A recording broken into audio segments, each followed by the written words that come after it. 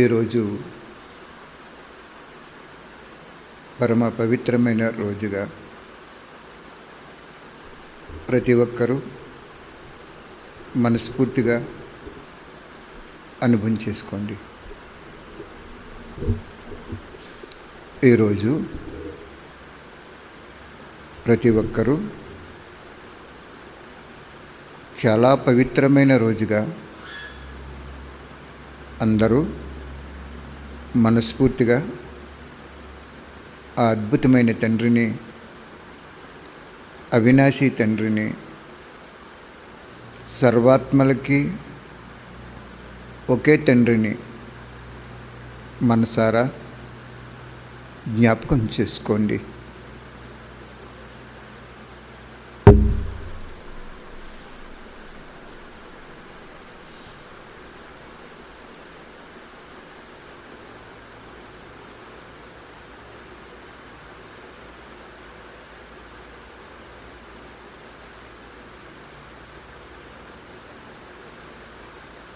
మురళి వినేటప్పుడు చాలా దూర దేశం నుండి బాబా నా కోసం వచ్చారు, నా ఆత్మని ఔన్నత్యంగా తయారు చేయడానికి వచ్చారు, కర్మల గుహిగతితో కూడిన సంపూర్ణ జ్ఞానాన్ని ఇవ్వటానికి వచ్చారు. ఇలా మనసుతో అనుభవం చేసుకోండి.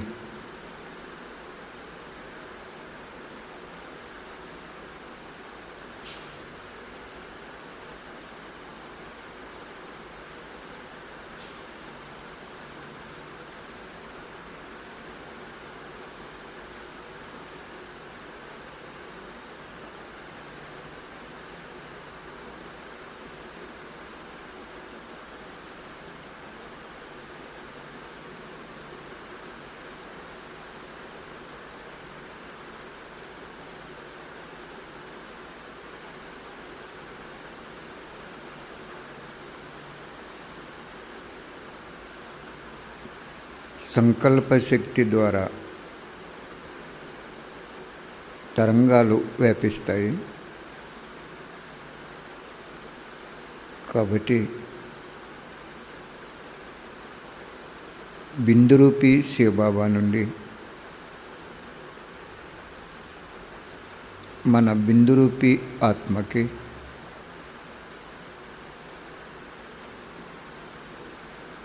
ప్రవాహంలా ఒక దివ్య అలౌకిక శక్తి వస్తున్నట్లు అనుభవం చేసుకోండి.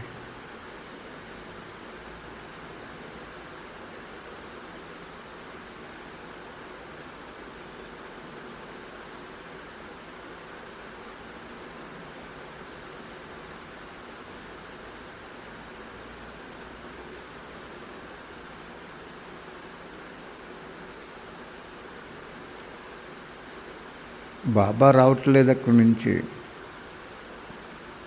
మనం తెలుసుకోగానే భగవంతుడి శక్తి మనలో వస్తుంది.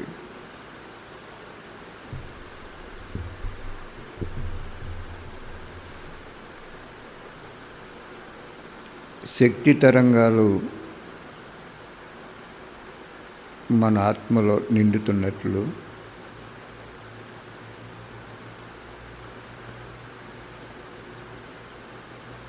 చక్కగా అనుభవం చేసుకోండి.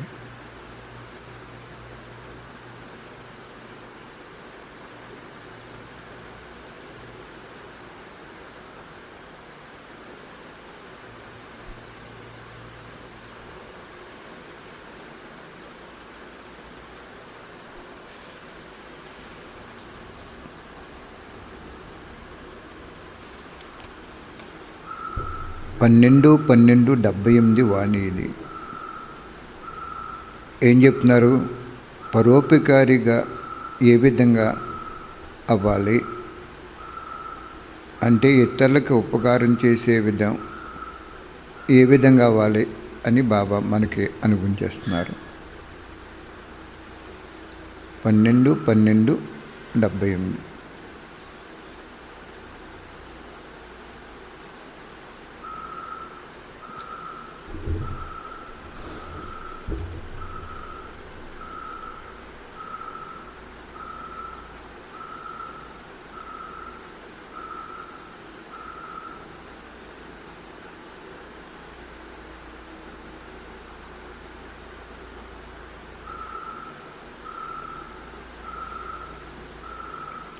బాబా చెప్తున్నారు, ప్రతి ఒక్కరూ ఒక లక్ష్యం పెట్టుకోండి. సంపూర్ణంగా అవ్వాలి అని లక్ష్యం తప్పకుండా పెట్టుకోండి. లక్ష్యం ప్రమాణంగా లక్షణాలు వస్తాయని చెప్తున్నారు బాబా.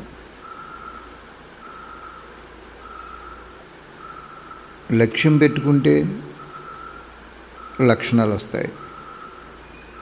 లక్షణాలు వస్తే సంపన్నంగా అవుతారు. దీనికోసం విశేష ధారణ ఏంటని అడుగుతున్నారు బాబా.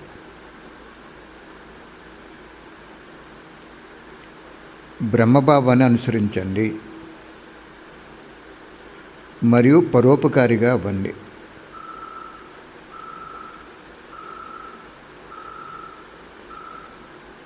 పరోపకారి అనే భాష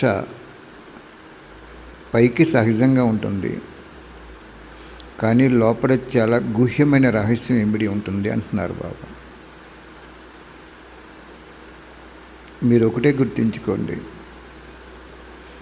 శివబాబా చెప్పిన వాణీలు 1024 వాణీలు సుమారు ఉన్నాయి. ఎక్కడైనా 1-2 మిస్ అయినా కానీ 1024 వాణీలు ఉన్నాయి.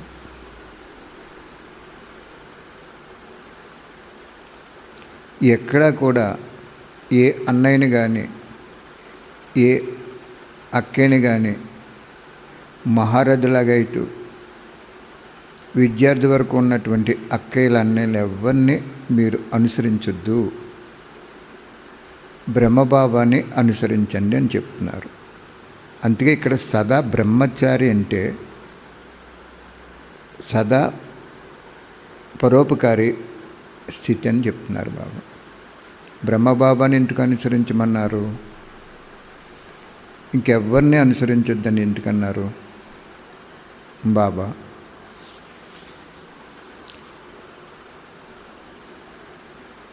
నాకు ఒక అనుభవం చేశారు బాబా. బాబా ఎందుకు బ్రహ్మబాబాని ఒక్కరినే, మరి మిగిలిన వాళ్ళు కూడా బాగా చేస్తారు కదా అంటే, బ్రహ్మబాబా తక్షణమే అర్పణ అయిపోయారు. శివబాబాని తెలుసుకున్న వెంటనే, ఆయన ప్రవేశించిన వెంటనే సర్వస్య త్యాగి అయ్యారు.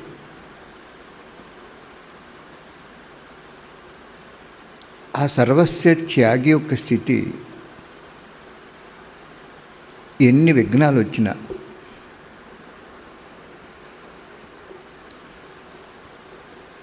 అంతిమ శ్వాస వదిలే వరకు ఆ సర్వస్య త్యాగి స్థితి పరోపకారం చేయటానికి నిమిత్తమవుతుంది. నువ్వు త్యాగం చేయకుండా ఇతరులకు ఎలా ఉపయోగపడతావు? నువ్వు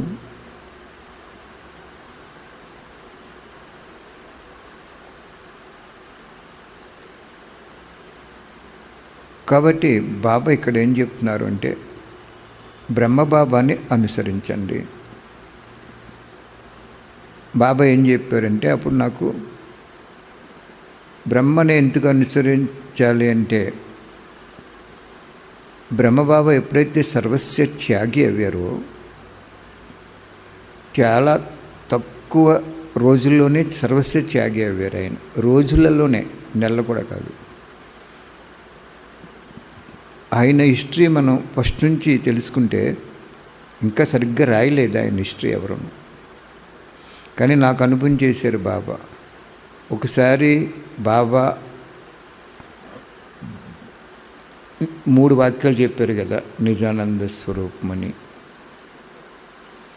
ఆ తర్వాత ఆయన కలకటా వెళ్ళి వెంటనే క్లోజ్ చేసేసి వ్యాపారం, సమయము, తనువు,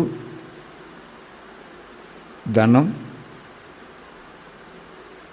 ఎవ్వరికి ఇవ్వకుండా బాబాకి ఇచ్చుకున్నారు. ఆ 3 సమయము, వ్యాపారం క్లోజ్ చేసి ఓం మండల్లో పెట్టుకున్నారు.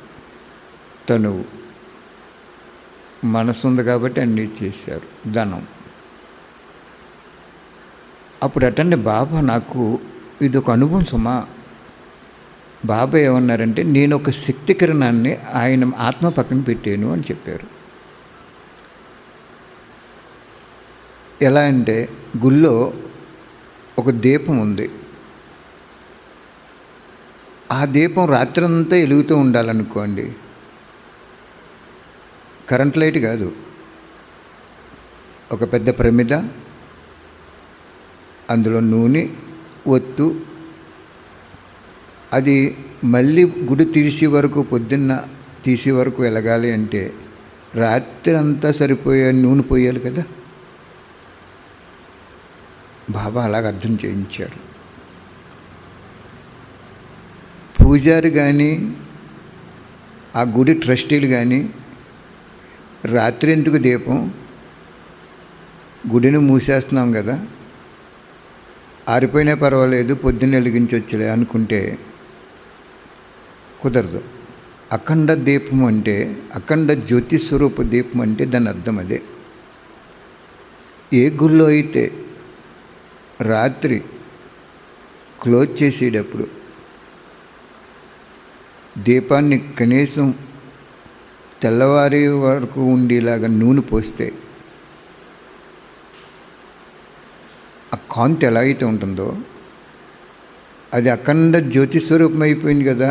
రాత్రి పగలు, రాత్రి పగలు, రోజు, వారం, నెలలు, సంవత్సరాలు తరబడి అక్కడ అఖండ జ్యోతి వెలుగుతుంది. దేని ఆధారంగా వెలుగుతుంది? నూనె పోయటం ఆధారంగా వెలుగుతుంది. అలాగే శివబాబా ఏం చెప్పారు అంటే, నా వరకు నేను చాలా లోతుగా బాబాని అడుగుతాను కొన్ని విషయాలు. అప్పుడు బాబా చెప్పారు, ఎలా అయితే పూజారి అఖండ దీపం కొన్ని 100 సంవత్సరాలైనా ఇలా వెలుగుతూ ఉండాలి అనే భావన పూజారికి, ఆ గుడి ట్రస్టీకి ఎప్పుడైతే ఉందో, వాళ్ళు రాత్రి వెళ్ళిపోయేటప్పుడు కూడా నూనె పోసి వెళ్ళిపోతారు. ఉదయం ఎలాగా భక్తుల గురించి అయినా అఖండ దీపం పెడతారు. రాత్రి ఆరిపోయి పగలెలిగితే అది గొప్పతనం కాదు. అంచేత బాబా ఏమన్నారంటే, నేను ఒక శక్తి కిరణాన్ని అతనికి బహుమతిగా ఇచ్చాను. ఆ శక్తి కిరణము ఆ ఆత్మ చేత ఎన్నో కార్యాలు చేయించింది అని శివబాబా నాకు ఆన్సర్ చెప్పారు. ఎప్పుడైనా సరే శివబాబా మీకు సత్యమైన సంకల్పము, బాబా యొక్క శక్తిని మనం అనుభవం చేసుకోవడానికి అడిగితే తప్పకుండా చెప్తారు బాబా. అప్పుడు నేను అన్నాను, బాబా మరి చాలామందికి అలాగే ఇవ్వచ్చు కదా మీరు, శక్తి కిరణం అంటే. బాబా ఏమన్నారంటే, ఆయన్ని ఫాలో అవ్వండి. ఎంత సమయంలో ఎంత మంచి మనసుతో ఏమేమి త్యాగం చేసి మధ్యలో విఘ్నాలు వచ్చినా, వ్యతిరేకత వచ్చినా, అంతిమ శ్వాసోదరి వరకు అలా ఉంటే నేను తప్పకుండా ఇస్తానని చెప్పారు బాబు. మనకి ఇవ్వట్లేదు అంటే మనం ఉండట్లేదు. అంచేత బాబాయ్ అక్కడ పూజారి కూడా ఏం చేస్తున్నాడు, రాత్రి దీపం ఎందుకు లేదు, తలుపులు వేసిన తర్వాత అదంతా పొగ కూడా వచ్చేస్తుంది, నూనె కూడా దండుగా ఎందుకు, పొద్దున్న భక్తులు వచ్చాక వెలిగిందాంలే అని సంకల్పం వచ్చేస్తుంది ఆటోమేటిక్గా వాళ్ళకి. ట్రస్టీకి కూడా బోల్ నూనె రోజు ఒక పావు కేజీ ఎంతో పీల్చేస్తుంది, ఎందుకులే అనుకుంటారు కదా. అలాగే నువ్వు బలవటానికి ఎందుకులే, చూద్దాంలే, చేద్దాంలే, ఆలోచిద్దాంలే, ఇంకా విన్నాల్సిన ఎన్నాళ్ళు ఉందని ఎవరిని అడుగుదాంలే, ఈ సంశయ సంకల్పాలు భగవంతుడికి శక్తికరణాన్ని నీ ఆత్మ పెట్టడానికి ఆయన కూడా ఆలోచించి సంపూర్ణంగా వినడు పెడదాంలే అని ఆయన కూడా ఆలోచిస్తాడు. అది సహజం. అది ఆయన శక్తికరణం నీకు అక్కడ పెట్టినప్పుడు నీ ఆత్మ వినలేనప్పుడు ఆటోమేటిక్గా తీసుకెళ్ళిపోతాడు ఆయన. అర్థమైందా? ఆ గుడిలో ప్రాణప్రతిష్ఠ చేసింది లాగాయితూ మళ్ళీ ఆ విగ్రహం శిథిలావస్థకు వచ్చే వరకు దీపం పెడతామంటే చాలా గ్రేట్. ఆ గుడికి ఎవరైనా ఉన్నారా మరి ఎక్కడ అలాగా? బాబా ఎగ్జాంపుల్ చెప్పారు నాకు. ఓకే, కాబట్టి ఇక్కడ బాబా ఏం చెప్తున్నారు అంటే బ్రహ్మభావాన్ని ఫాలో అవ్వండి, ఇంకెవ్వరిని ఫాలో అవ్వకండి.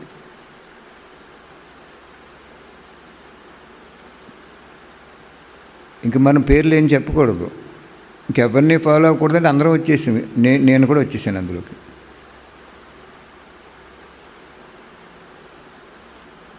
కాబట్టి బాబా ఏం చెప్పారు అక్కడ? బ్రహ్మభావాన్ని ఫాలో అవుతే పరోపకారి స్థితి నీకు సహజంగా వచ్చేస్తుంది. మనం దానికి ఏమనుకుంటున్నాం అక్కడ?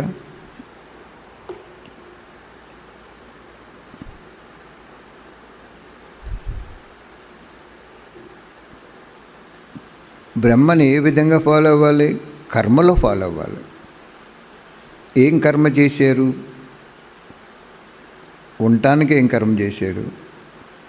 తినటానికి ఏం కర్మ చేశారు? బాబాకి ఏం సమర్పణ చేశారు? ఎవరైనా బాబా గురించి వస్తే వాళ్ళని ఎలాగ పాలన చేశారు? వాళ్ళ మధ్యలో విఘ్నాలు వస్తే ఏ విధంగా ఆలోచించి దాటారు, ఇతరులను దాటించారు? ఇవన్నిటికీ మార్కులు ఉంటాయి. అర్థమైందా? ప్రతి సబ్జెక్ట్, ప్రతి సంఘటనలో మార్కులు ఉంటాయి. అది చెప్తున్నారు బాబా. ఈరోజు పరోపకారి ఆత్మల యొక్క లక్షణాలు స్వయం భగవంతుడు చెప్తున్నారు. పరోపకారుల యొక్క పరిభాష సహజంగా ఉంటుంది పైకి, కానీ లోపల చాలా గుహ్యత కలిగి ఉంటుంది అంటున్నారు బాబా. పరోపకారి అంటే ప్రతి సమయం శివబాబా సమానంగా ప్రతి ఆత్మలో గుణమూర్తిని చూస్తారు.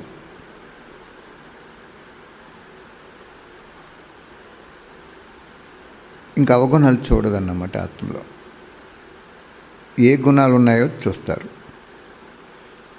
అంటే శివబాబా ప్రతి ఆత్మలో గుణాలు చూడటం వలన వాళ్ళకు ఉపకారం చేయగలుగుతున్నాడు ఆయన. వాళ్ళ అవగుణాలు చూశారనుకోండి, బాబా ఒక వాణిలో చెప్తారు, నేను మిమ్మల్ని సరిగ్గా చూస్తే నా ముందు మీరు నిలబడలేరు అన్నారు బాబా. కాలుడిని మహాకాలుడిని నేను ఆ దృష్టితో మిమ్మల్ని చూస్తే, కానీ ఆకారం చూస్తారు, కానీ మీరు నిలబడలేరు. అందుకు మనకి స్నేహితుడైపోయారు ఆయన. రెండో పాయింట్, పరోపకారి ఎవరి బలహీనత లేదా అవగుణాన్ని చూస్తూ కూడా తమ శుభభావనతో, సహయోగం యొక్క కామనతో, అవగుణాలను చూస్తూ కూడా ఆ ఆత్మని కూడా గుణవంతులుగా అయ్యే శక్తిని దానమిస్తారు.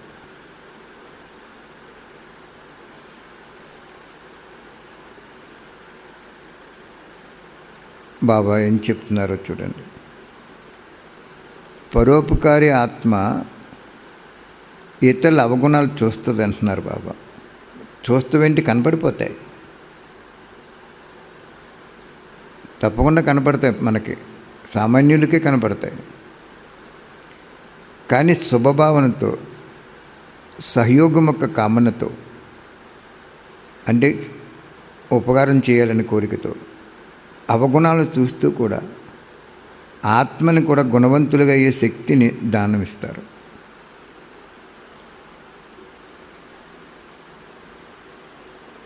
చూసారా బాబా ఏం చెప్తున్నారు?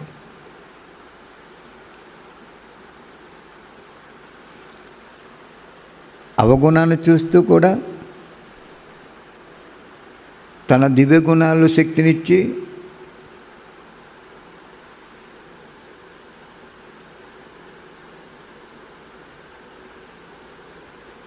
గుణవంతులుగా చేయాలని వాళ్ళ దగ్గర ఉన్న బాబా పరోపకార ఆత్మ దగ్గర ఉన్న గుణాలు దానం చేస్తారంటున్నారు.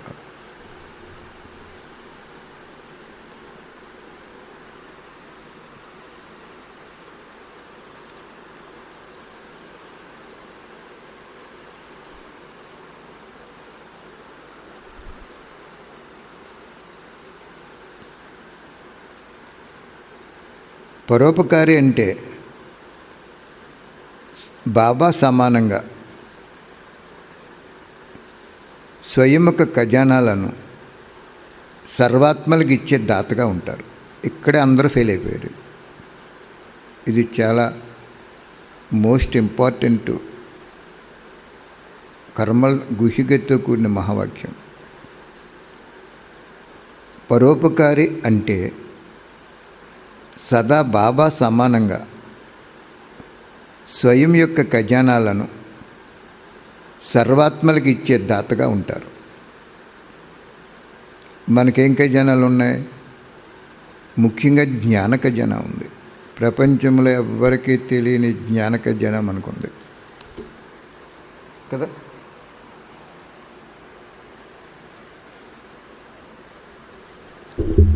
బ్రహ్మబాబా ఖజానాలన్నీ కూడా ఎలాగిచ్చి ఓరీతలకి అలా బాబా అంటున్నారు సర్వాత్మలకు ఇచ్చే దాతగా ఉంటుంది అంటున్నారు. మనకి ఏ ఖజానా ఉంది? బాబా మనకి ఏ ఖజానా ఇచ్చారు? మధువనం నుండి దాదీజీ శరీరంలోకి వచ్చి జ్ఞాన ఖజానా ఇచ్చారు. కానీ ఇక్కడే సత్యం చెప్పక తప్పదు. ఏం చేశారు? జ్ఞాన ఖజానాన్ని దాచేశారు. మరి వాళ్ళ పరోపకారి ఆత్మ హెడ్ ఆఫీస్ నుంచే దాచేయటం జరిగింది. సాకార వాణిలు తప్ప అవ్యక్త వాణిలు చెప్పలేదు. అంటే ఇక్కడ బాబా చెప్తున్నారు పరోపకారి అంటే సదా శివబాబా సమానంగా స్వయం యొక్క ఖజానాలను సర్వాత్మలకు ఇచ్చే దాతగా ఉంటారు. మరి బాబా మా చేత వాణిలు కొట్టిస్తున్నారు, మీకు ఇస్తున్నారు, మీరు కొనుక్కుంటున్నారు, తర్వాత యూట్యూబ్లో చెప్పిస్తున్నారు, ఎంతో లోతుగా చెప్పిస్తున్నారు. మరి జ్ఞాన ఖజానా సర్వాత్మలకి ఇస్తున్నారు. ఇప్పటికి 52 లక్షలు 52 లక్షలు దరిదరిపులో వచ్చేసింది కోటి పుస్తకాలు. 52 లక్షల మందికి మనం స్వయం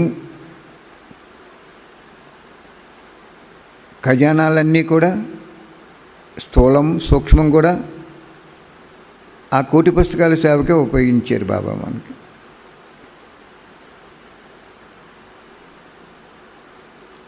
ఎందుకంటే నాకు పుట్టినప్పటి నుండి కూడా ఈ జ్ఞానంలో పుట్టినప్పటి నుండి ఇంత మహావాక్యాలు ప్రపంచంలో ప్రతి ఇంట్లో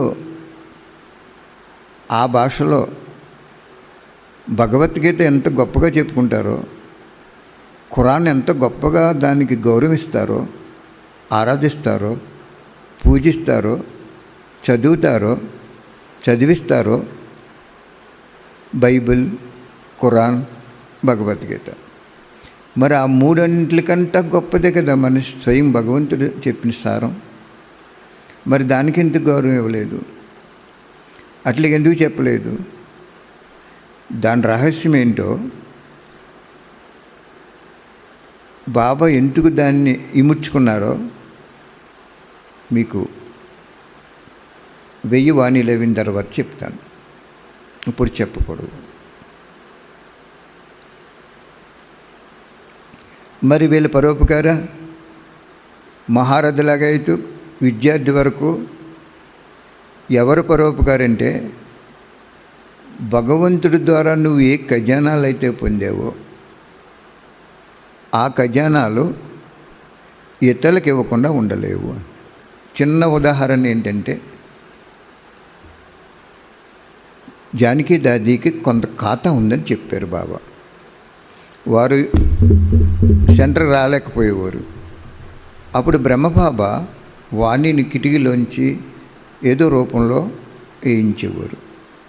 మరి దీన్ని సరిపోయింది కదా. ఏం ఖజానా ఉంది బ్రహ్మబాబా దగ్గర? జ్ఞాన ఖజానా ఉంది. ఆ జ్ఞాన ఖజానా వేసే వచ్చేయమనేవారు. మరి ఇప్పుడు ఎవరైనా చేస్తున్నారు అలాగా? అసలు ఎన్ని వాణీలు ఉన్నాయి? సాకార వాణీలు ఎన్ని? అవ్యక్త వాణీలు ఎన్ని? అసలు సాకార వాణీలు ఎప్పటి నుంచి ఉత్పన్నమవిని? దాన్ని ఏంటి? ఎవరికి తెలుసు? ఎవరికి తెలుసు చెప్పండి. కాబట్టి ఈ ఒక్క వాక్యాన్ని ఎందుకు నేను నొక్కి నొక్కి బాబా చెప్పిస్తున్నారు అంటే, పరోపకారి ఆత్మ స్వయం యొక్క ఖజానాలు సర్వాత్మలకు ఇచ్చే దాతగా ఉంటారు. స్వయం యొక్క ఖజానాలంటే అంతిమ జన్మలో ఉన్నటువంటి వస్తు వైభవాలు, ధనం అన్నీ వచ్చేస్తాయి. తర్వాత బాబా ద్వారా పొందింది ఏంటి? మనం ప్రపంచంలో ఎవ్వరికీ తెలియని ఎన్నో రహస్యాలతో కూడిన జ్ఞానం ఇది.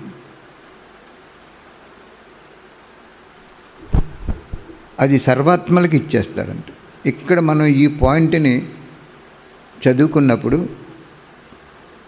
బాబా నాకు 8 నెలల్లో చదివేసుకున్నాను. నేను 89లో వచ్చాను జ్ఞానంలోకి. 69, 79, 89 20 సంవత్సరాల వాణి 8 నెలల్లో చదివేసుకున్నప్పుడు బాబా ఈ వాణి ప్రకారము సంస్థ నడుస్తుందా లేదా అని ఇవ్వరు బాబా. శివబాబా నడవకపోతే నువ్వు నడుస్తావా అని అడిగేవారు. నువ్వు నడిస్తే వ్యతిరేకం వస్తే తట్టుకోగలదువా అని అడిగేవారు. ఏంటి బాబా, నేనేదో చదువుకుంటే వెళ్తే ఈ వాక్యం ఆధారంగా ఇంటర్నేషనల్ సంస్థను పరిశీలించమంటారేంటినా? అప్పుడు పరిశీలనలోకి ఎంటర్ అవ్వండి. నేను ఆ రసం పొందడానికి నేను వాణి చదువుకుంటే ఆయన ఏం చేసేవారంటే, నువ్వు చదువుకున్నావు, మరి ఇంటర్నేషనల్ సంస్థ ఈ విధంగా చేస్తుందా అని అడిగేవారు బాబా. సత్యమే చెప్తున్నాను మీకు. ఎవరు ఏమనుకున్నా సత్యం నీకు చెప్పకపోతే, సత్యం దాస్తే సత్యయోగం రాదు. ఎవరొకరి ద్వారా ఆ సత్యాన్ని బద్దలు కొట్టి మరీ చెప్పాలి.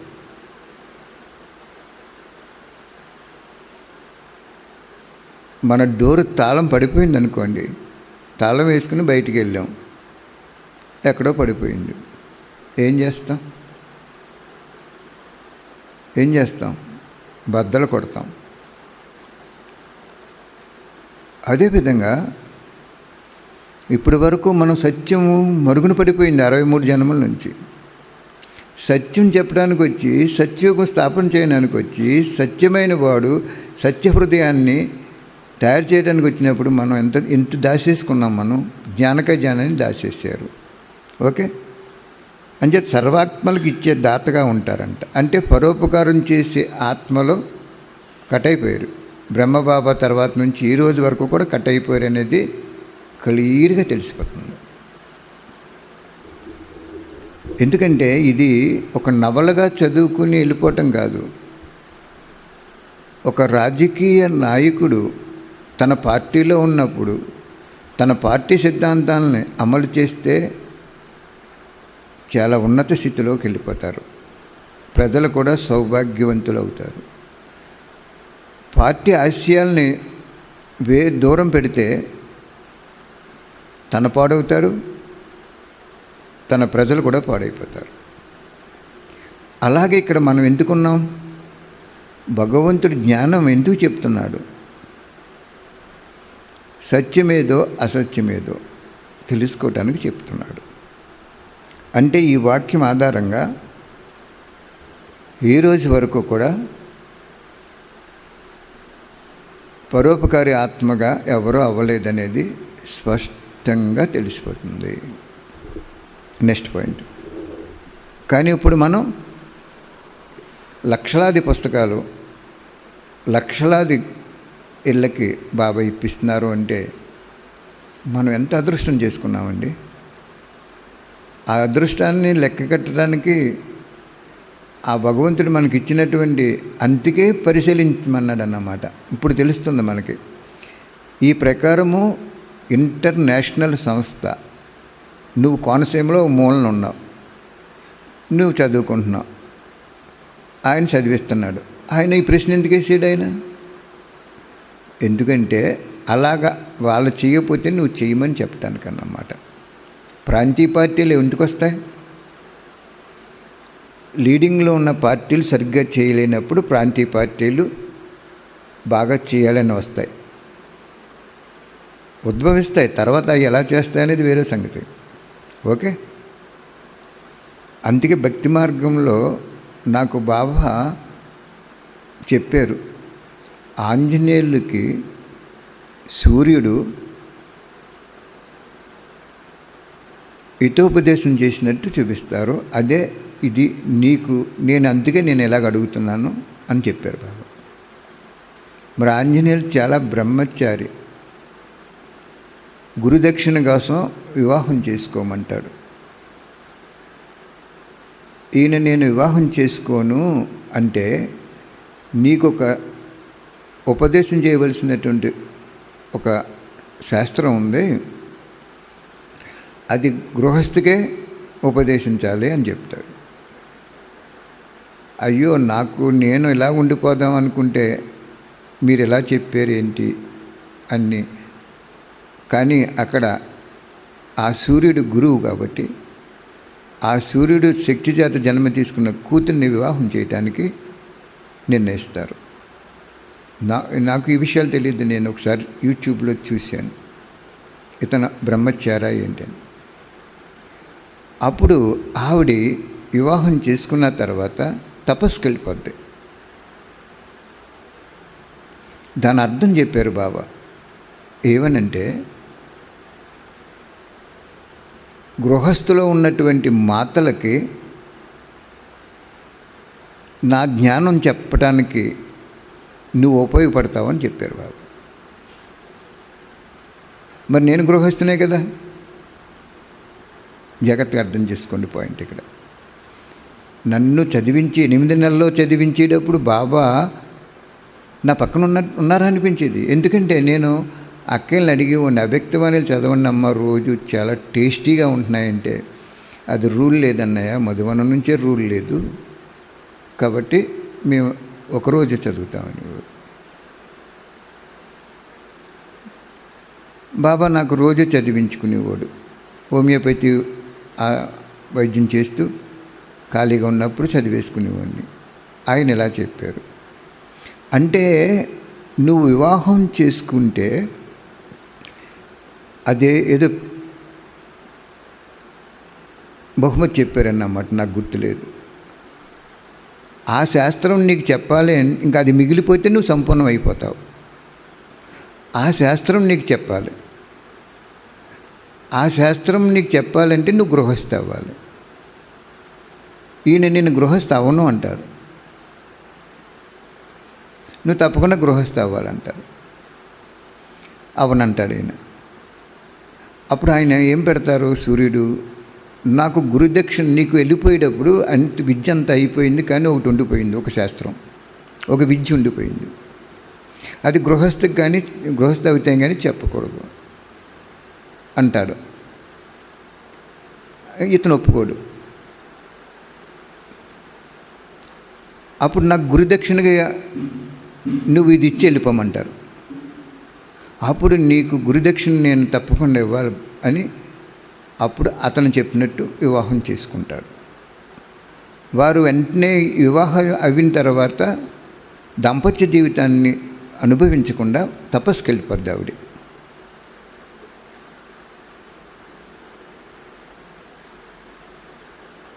దాని అర్థం చాలా లోతుగా చెప్పారు బాబా. ఏం చెప్పారు అంటే, గృహస్థులో ఉన్న ఆత్మల్ని నా దగ్గరికి తీసుకురావడానికి నువ్వు గృహస్థ అవేవు. గృహస్థ అవుతేనే కానీ వాళ్ళు అంగీకరించరు. వివాహం చేసుకోలేని కన్య గృహస్థికి చెప్పడానికి పనిచేయదన్నట్టుగా అంత డీప్గా చెప్పారు. ఇంకా చాలా లోతుగా చెప్పారు. దీన్ని బట్టి అర్థం చేసుకోండి. చాలా చాలా గుహ్యమని చెప్పాడు పరోపకారం అంటే ఇక్కడ. కాబట్టి ఈరోజు ఈ వాక్యాన్ని తీసుకుంటే భగవంతుడు చెప్పిన జ్ఞాన ఖజానా ఇతరులకు ఇవ్వలేదు. ఇక్కడ ఏం చెప్తున్నాడు? నువ్వు పొందిన ఖజానా సర్వాత్మలకు ఇచ్చే దాతగా ఉంటావు పరోపకారి అంటే అని చెప్పారు. మరి అక్కడ మొత్తం టోటల్ ఫెయిల్ అయిపోయింది సోల్. అన్ని సోల్స్ ఫెయిల్ అయిపోయినాయి. పరోపకారులు సదా స్వయం ఖజానాలతో సంపన్నంగా నిశ్చింత చక్రవర్తులుగా అనుభవం చేసుకుంటారు. ఎక్కడ ఏ చింత ఉండదు. సంకల్పంలో కూడా చింత అనుభవం అవ్వదు. పరోపకారులు సదా అంటే ఎల్లప్పుడూ, స్వయం అంటే తనలో ఖజానాలన్నీ సంపన్నంగా నిశ్చింత చక్రవర్తులుగా అనుభవం చేసుకుంటారు. అంటే మరి ఇంక వాళ్ళకి ఈ మధువనం కూడా అవసరం లేదు. వాళ్ళకి టీచర్స్ కూడా అవసరం లేదు. వాళ్ళకి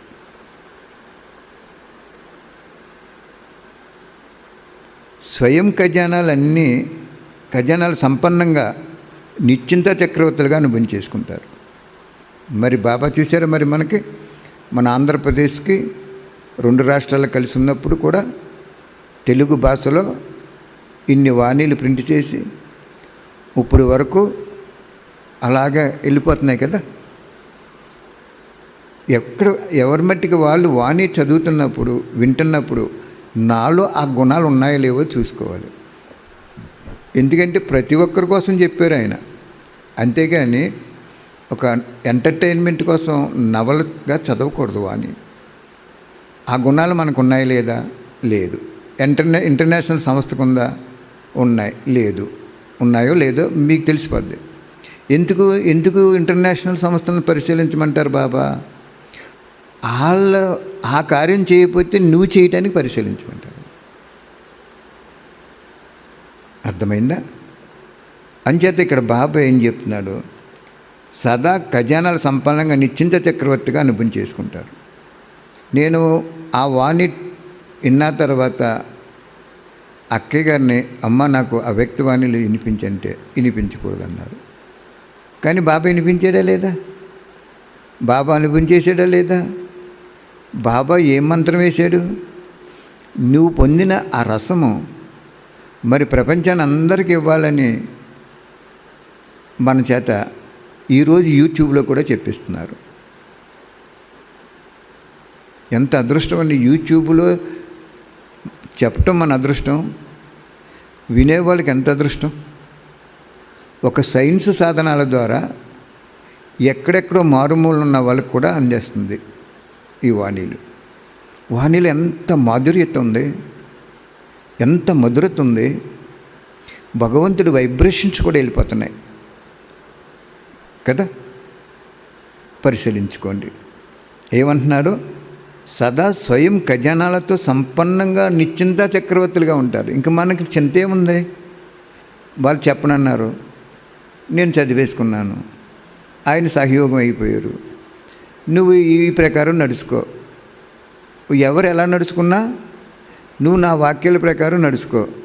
అని మనల్ని సంపన్నం చేసాడు. అంచేత మనం నిశ్చింత చక్రవర్తులుగా ఉన్నాం. మరి మీరు కూడా అలాగ ఉండండి. ఈరోజు లాక్డౌన్ అందుకే పెట్టారు బాబా.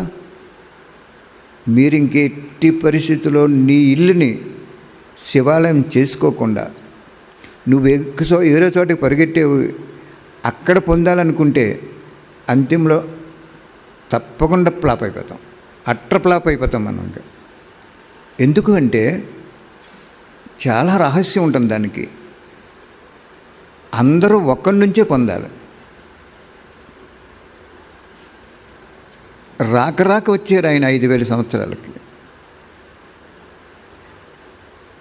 ఆయన నుంచే పొందాలి, ఇంకెవరి నుంచి రాదు. మీకు ఎంత మీరు ఏం చేయాలన్నా రాదు. ఎందుకంటే శివుడు ఆజ్ఞ లేనిదే ఏది జరగదు. వాణిలో క్లియర్గా ఉంది, భక్తిలో ఉంది, సహజంగా కూడా ఉంది. శివుడు ఆజ్ఞ లేనిదే అసలు ఈ సృష్టిలో ఏ కార్యక్రమం ఏది జరగదు. అందుకు స్వయం ఖజానాలో సంపన్నంగా నిత్య చక్రవర్తిగా అనుభవం చేసేసుకుంటుంది ఆత్మ. ఎక్కడ ఏ చింత ఉండదు. సంకల్పం కూడా చింత అనుభవం ఉంది, సంకల్పంలో కూడా చింత అనుభవం. మరి మనకు ఎవరు చెప్పకపోయినా వాణీలన్నీ కూడా బాబా మన చేత ప్రింట్ చేయించారు. ఎన్నోసార్లు ఇలా యూట్యూబ్లో చెప్పిస్తున్నారు.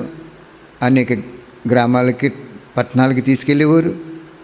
అంటే ఆ ఆత్మకి ఇంకేమవుతుందంటే బాబా వాణీలు సేవ ఈ 3 తప్ప ఇంకేం కనపడవు. శివబాబా వాణి ప్రకారం సేవ, ఆ 3 కనపడతాయి. ఇంకా ఏదో ఎక్కడో ఏదో ఉంది, వాళ్ళు ఎలా చేశారు, వీళ్ళు ఎలా చేశారు, ఇవన్నీ కూడా ఆ ఆత్మకి టచ్ అవ్వవు. ఎంత నీట్గా చెప్తున్నారు చూడండి బాబా ఇక్కడ. స్వయం సంపన్నంగా సదా ఎల్లప్పుడూ నిశ్చింత చక్రవర్తిగా అనుభవం అయిపోద్దటండి ఆ ఆత్మకి. ఎక్కడ ఏ చింత ఉండదట.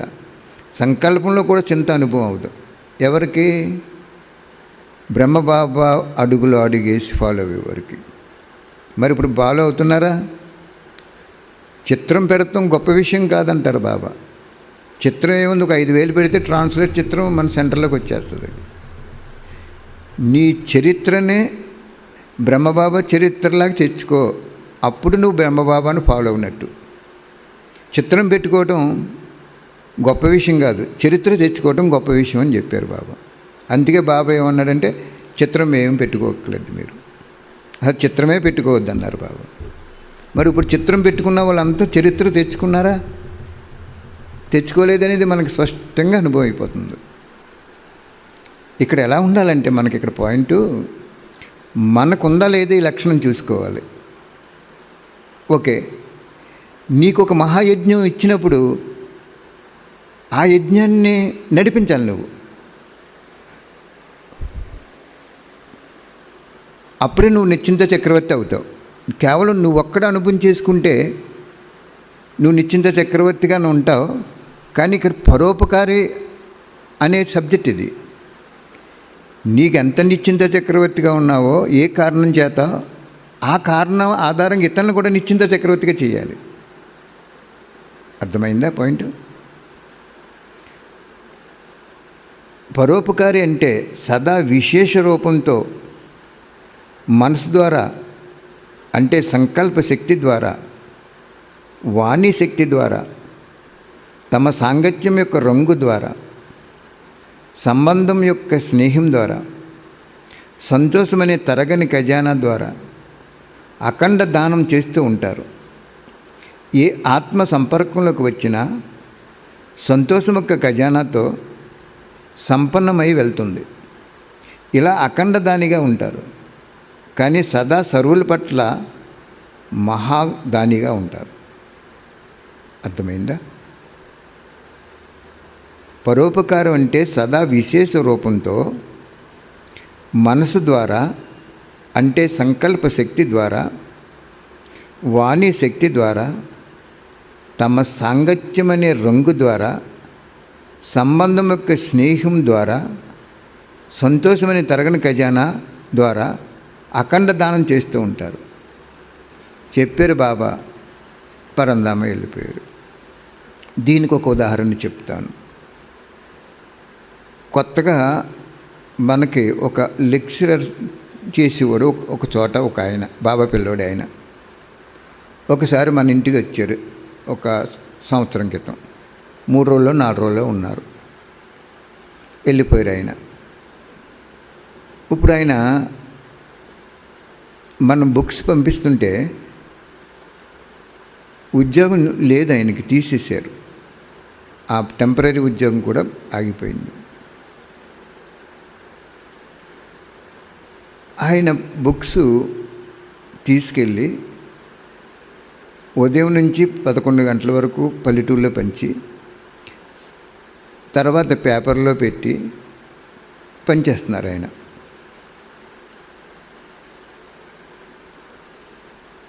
నాకు ఉద్యోగం లేదు ఆయనకి, మనం బుక్కులు ఊరికనే పంపుతున్నాం, మరి ఎలా గిడిపించుకుంటున్నాడు, ఖర్చులు కూడా అవుతాయి అంటే ఆయన చెప్తున్నారు అతనికి ఏ విధమైన ఇన్కమ్ లేదటండి. వాళ్ళ అమ్మగారికి పెన్షన్ వస్తుందట.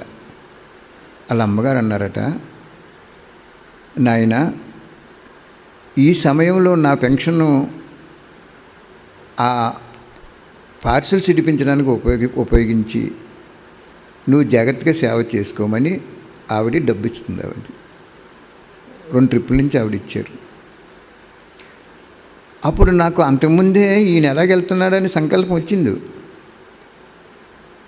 అప్పుడు బాబా ఏం చేశారు అంటే ఇతరాత్మల దగ్గర ఉన్నటువంటి బుక్కులన్నీ కలెక్ట్ చేసేస్తున్నారు. ఇప్పుడు బాబా కొన్ని నిలవ ఉండిపోయినాయి, ఈ కరోనా గురించి చేయట్లేదు వాళ్ళకి చెప్పి, ఇలాగ అన్నయ్య సామాన్యం కుటుంబీకుడు, మీరు కూడా సేవ చేశారు, మిగిలిన సేవ చేయట్లేదు కదా, ఇప్పుడు అవన్నీ చేస్తున్నారు కాబట్టి చేసే వాళ్ళని వద్దనకూడదు, చేయనన్న వాళ్ళని చేయమనకూడదు.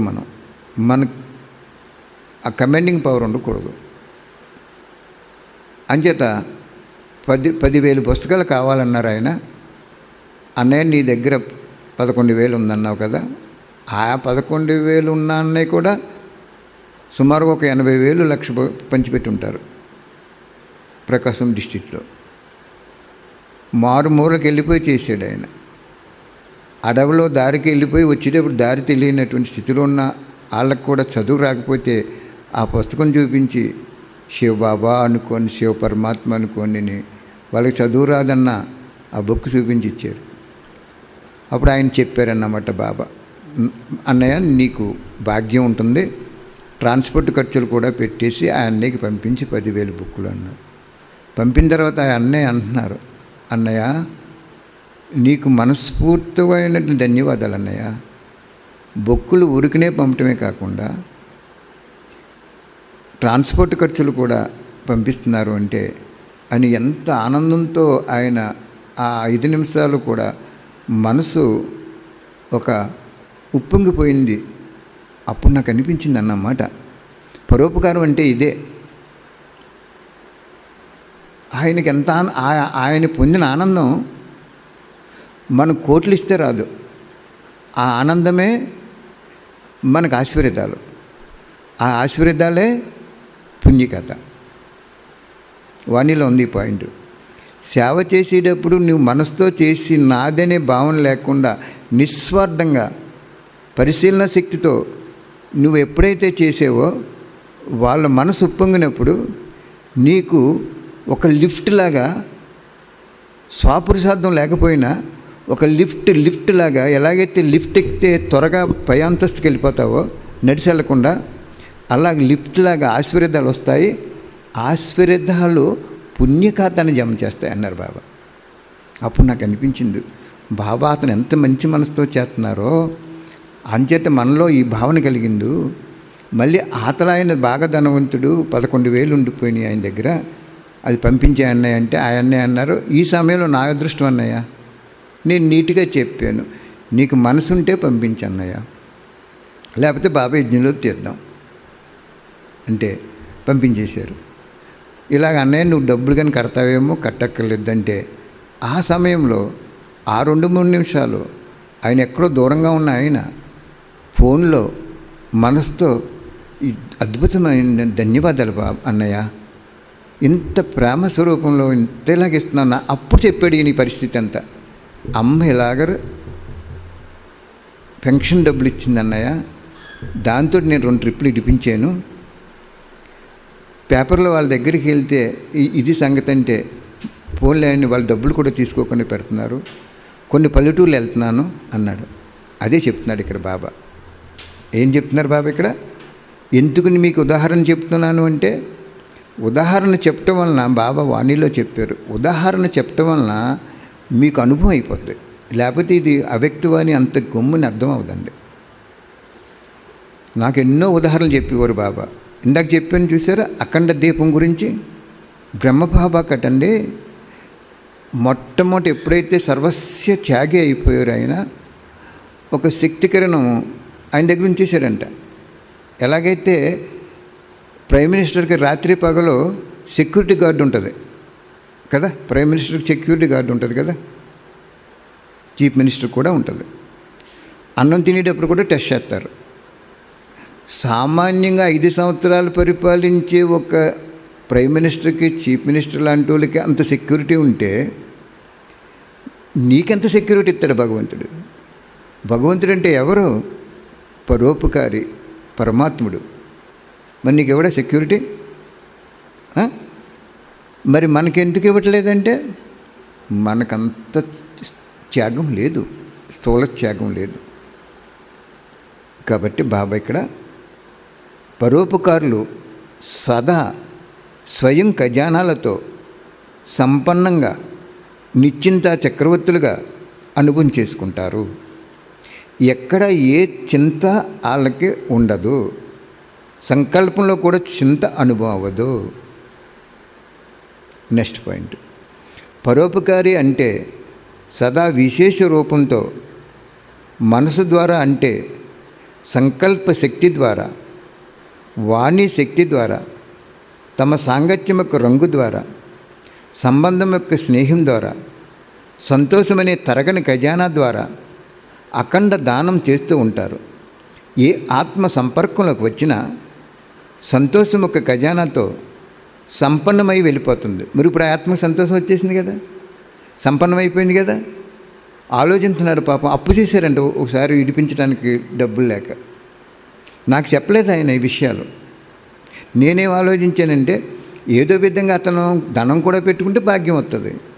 పెట్టుకోలేనప్పుడు ఎవరో ధనం ఇస్తారు మనకి, వాళ్ళు సేవ చేయలేరు, పెద్ద వయసు. ఆ ధనం మేము ఇలా ఉపయోగిస్తామన్నమాట. కానీ నేను ఎందుకు గమ్ములు లూజ్ అవ్వనంటే, అప్పు చేసి చేయటంలో కూడా ఎన్నో జన్మల్లో ఉన్న పాపం కూడా భస్మం అయిపోద్ది. గ్యారంటీ, 100% గ్యారంటీ ఇది. డబ్బుండి చేయటం గొప్ప విషయం కాదు. ఇప్పుడు మీరు ఒక్కసారి ఆలోచించండి, ఎన్నో కుటుంబాలు, ఎన్నో ఉద్యోగాలు, ఎన్నో రకాలుగా ఆర్థికంగా ప్రపంచం కుదేలైపోయింది. కానీ ధనవంతులు వాళ్ళ డబ్బు ఏం చేయాలో వాళ్ళకే తెలియకుండా ఉంది. డబ్బు లేని వాళ్ళు కొంతమంది ఉన్నారు. మరి ఆలోచించాలి కదా మనం.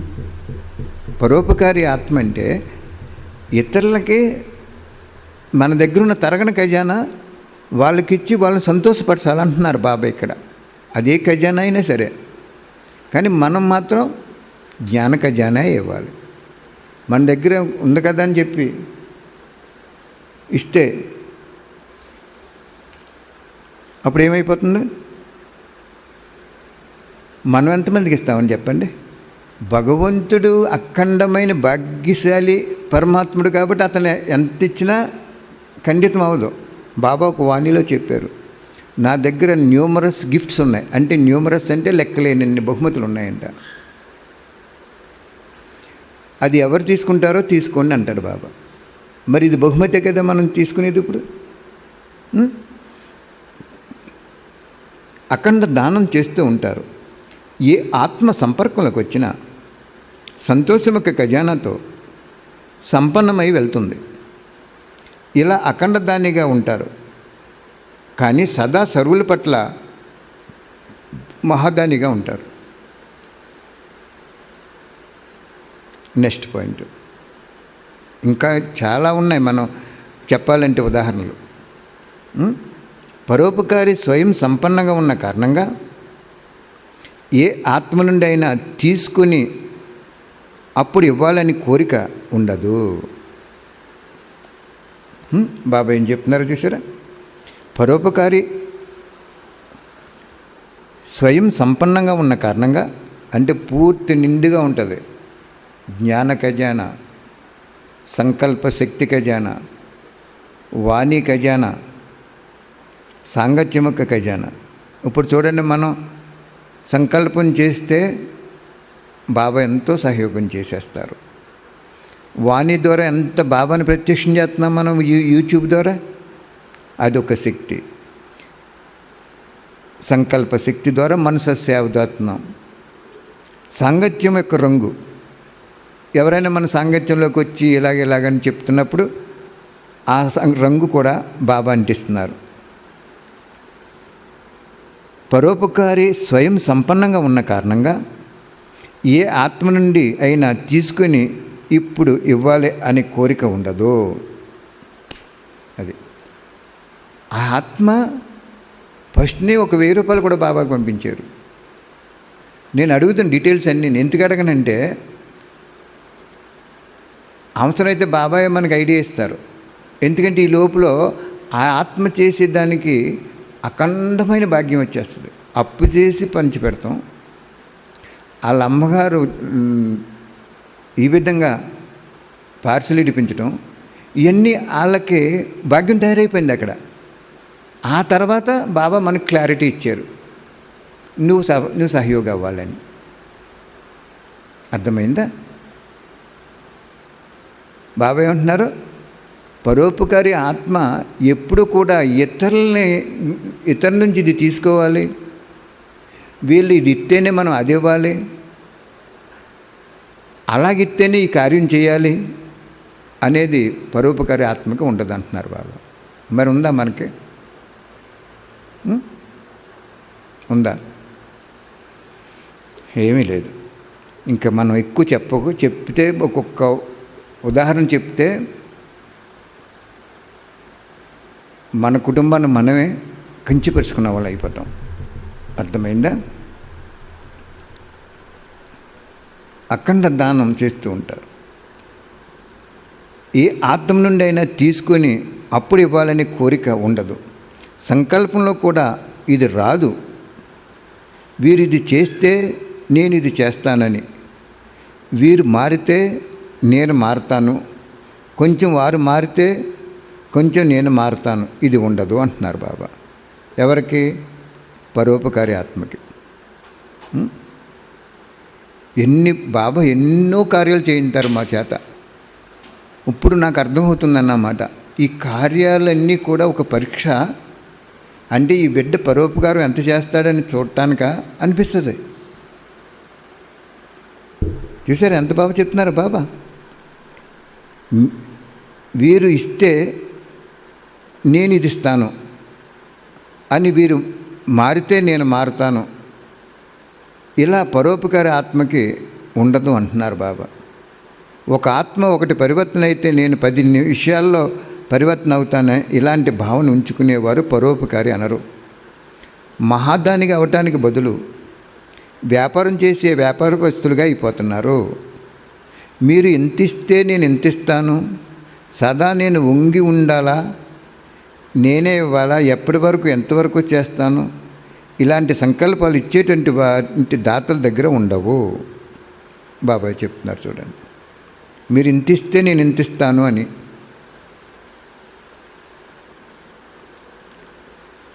ఇప్పుడు అన్నీ ఎలా ఉన్నాయి? మొత్తం ప్రపంచం మన కుటుంబం ఎలాగుంది ఇప్పుడు?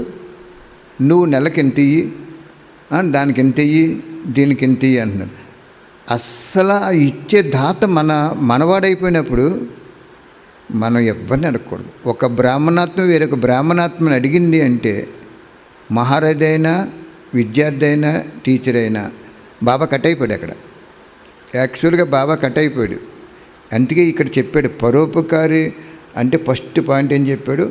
పరోపకారుల యొక్క పరిభాష సహజంగా ఉంటుంది. నేను చాలా ఉపకారం చేస్తున్నాను అందరికీ అనుకుంటున్నావు, కానీ అది చాలా గుహ్యంగా ఉంటుంది అంటున్నాడు బాబా. బాహ్య రూపంలో ఎంతో త్యాగం చేశారు, కానీ ఆంతరంగికంగా అన్నీ అడుక్కోవడమే. అదే చెప్తున్నారు ఇక్కడ బాబా.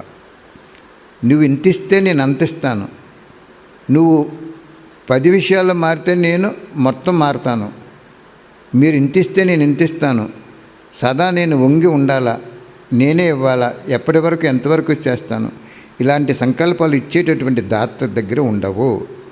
ఏ ఆత్మైనా బలహీనతకి, సంస్కారాలకి, స్వభావాలకి, ప్రకృతికి, సాధనాలకి వశమైపోతే అటువంటి పరవశమైపోయిన ఆత్మ ఆ సమయంలో బికార ఆత్మ అంటే శక్తిహీన ఆత్మ, శక్తుల ఖజానాతో ఖాళీగా ఉంటుంది. మహాదానిలు బికార్ నుండి ఒక నయా పైసా కూడా తీసుకునే కోరిక ఉంచుకోరు. వీరు మారాలి, వీరు చేయాలి, వీరు కొంచెం సహయోగం ఇవ్వాలి, అడుగు ముందుకు వేయించాలి, ఇటువంటి సంకల్పాలు లేదా సహయోగము తీసుకోవాలనే భావనకి పరవశమైపోయిన ఆత్మలో శక్తిహీన బికార ఆత్మలతో ఏమి సంబంధం ఉంచుకుంటారు? కొంచెం తీసుకున్న తర్వాత కొంచెం ఇవ్వాలనుకునేవారు పరోపకారి ఎలాగవుతారు? ఎంత వండర్ఫుల్గా చెప్తున్నారు చూడండి బాబా. నువ్వు ఇంత నేను అంత చేస్తాను, నువ్వు ఇంత ఇస్తే నేను ఇంతే చేస్తాను. ఈ మాటలు అసలు పరోపకారి ఆత్మకి గుర్తులు కావు అని చెప్తున్నారు బాబా. మేము బట్టి పెట్టేటప్పుడు ప్రతి సంవత్సరం ఒక పుణ్యక్షేత్రంలో బట్టి పెట్టించేవారు బాబా. ఏ సంవత్సరం కూడా బ్రేక్ వచ్చేది కాదు, వెరీ రేర్ ఎప్పుడైనా వచ్చినా అక్కడ ఖాళీ లేక. ఇక్కడి నుంచి వంట సామాన్లు, పుస్తకాలు పట్టుకెళ్ళాలంటే ఆ వ్యాన్కి 10 నుంచి 12,000 అవి, వచ్చేటప్పుడు మళ్ళీ 10 నుంచి 12,000. అక్కడ మెయింటెనెన్స్. ఎప్పుడు కూడా ఎందుకు బాబా ఇలా చెప్పిస్తున్నారంటే పాయింట్ వచ్చింది కాబట్టి చెప్పిస్తున్నారు బాబా. బాబాని అడిగివ్వండి నేను, బాబా ఎందుకు పెట్టించాలి మీరు పుణ్యక్షేత్రంలో, అంత దూరం ఎందుకు వెళ్ళాలి, వచ్చేవాళ్ళు అంతా మన సర్కిలే కదా అంటే బాబా ఏం చెప్పారంటే, నువ్వు ఎప్పుడైతే ఇంత సత్యంగా ఎవరిని ఏమి అడగకుండా పరివారం అందరికీ భోజనాలు పెట్టి వసతిచ్చి ఖర్చు పెట్టినప్పుడు ఆ సత్యతా శక్తి ఆ పుణ్యక్షేత్రానికి మళ్ళీ కల్పంలో సత్యంగా ఉండడానికి నిమిత్తం అవుతుందని చెప్పారు. ఎంత వండర్ఫుల్ పాయింట్ చూడండి. మనకు వచ్చే పరివారం అంతా మన పరివారమే. మినిమం 300 నుంచి 600 వరకు కూడా వచ్చేవారు. భద్రాచలం బట్టికి అసలు రూమ్లే సరిపోలేదు. కానీ బాబా నేను ఎప్పుడు కూడా ఎవరిని ఏమీ అడగలేదు, వాళ్ళని కూడా అడిగేవాని కాదు, నేను ఫ్రీగా ఇవ్వండి అని కూడా అడిగేవాని కాదు. వాళ్ళు ఇస్తే వాళ్ళ భాగ్యం, ఇవ్వకపోతే మనకు భాగ్యం.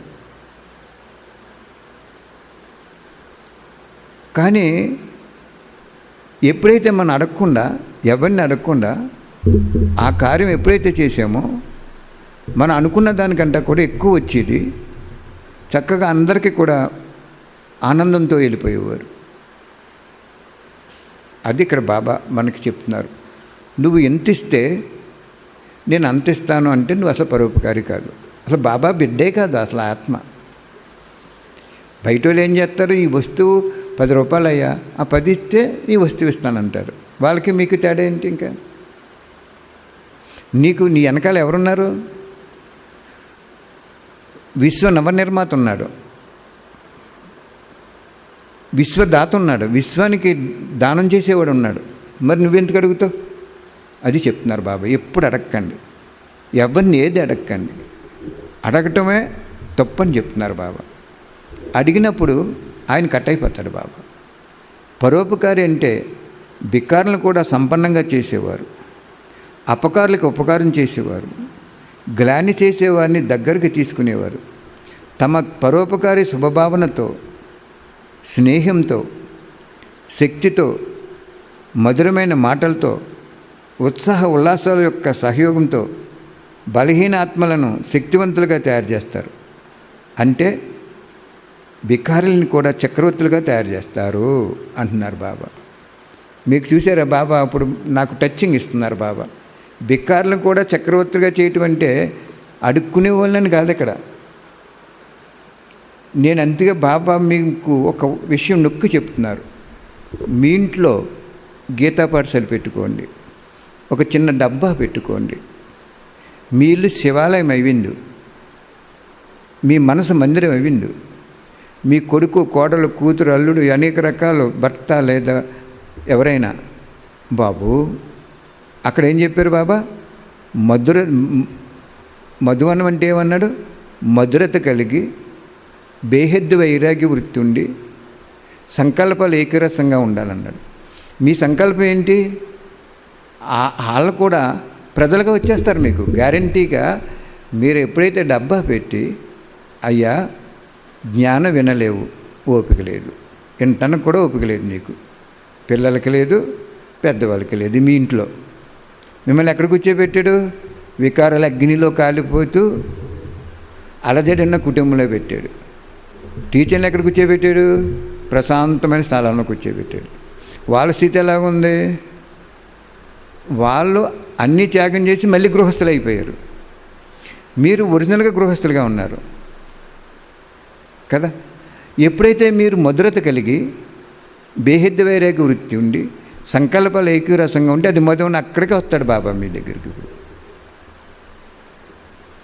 ఎప్పుడైతే మీ పిల్లల చేత ₹1 వేసుకోండి అన్నయ్య దాన్ని అన్నారనుకోండి, తప్పకుండా వాళ్ళు విశ్వమహారాజు కుటుంబంలోకి రావటం కష్టం, తప్పకుండా సత్యత్రేతయుగంలో ప్రజలుగా వచ్చేస్తారు. ఎందుకంటే ఒక వాణిలో చెప్పారు బాబా, ఒక్కరోజైనా తండ్రి వచ్చారని అంగీకరిస్తే, మనసు అంగీకరిస్తే చాలంటున్నాడు ఆయన, ప్రజల్లోకి వచ్చేస్తారన్నాడు. ఇప్పుడు ఎలక్షన్లో ఓటు వేయటానికి ప్రజలు వేస్తారు కదా. ప్రజలు అయిపోతే ఈ ఎమ్మెల్యే కానీ ఎంపీ కానీ నెగ్గరు. కానీ ఓటేసిన వాళ్ళందరూ పార్లమెంట్లోకి వెళ్ళి కూర్చోట్లేదు కదా. అలాగే మీరు దాత అయినప్పుడు, మీరు విశ్వమహారాజు అయినప్పుడు మీ ఇంట్లో పురుషార్థం చేస్తున్నారు. మీరు చక్కటి యోగం చేసుకుంటున్నారు, అమృత వేళ సాయంత్రం చేసుకుంటున్నారు, గంటగా చేసుకుంటున్నారు. మీ శక్తిని అనుసరించి వాణి చదువుకుంటున్నారు లేదా వింటున్నారు, అందరికీ ఒక వాక్యం వినిపిస్తున్నారు, మధురంగా మాట్లాడుతున్నారు. ఇంట్లో వాళ్ళని అసహించుకోవట్లేదు. వాళ్ళు ఏదైనా వండి పెట్టమన్నప్పుడు కూడా వాళ్ళ అలవాటు కదా అని సంభాళించడం కోసం మీరు అతీతమైన స్థితిలో ఉండి వాళ్ళకి అతి ప్రియంగా అవుతున్నారు. ఎంత గొప్ప పురుషార్థమో తెలుసది. ఆ పదార్థానికి మీరు అతీతమయ్యి ఆ పదార్థం అలవాటు వాళ్ళకి మీరు ప్రియమవుతున్నారు అంటే వికారాల అగ్నిలో కాలిపోతున్న చోట నిర్వికారిగా ఉంటామంటే అది.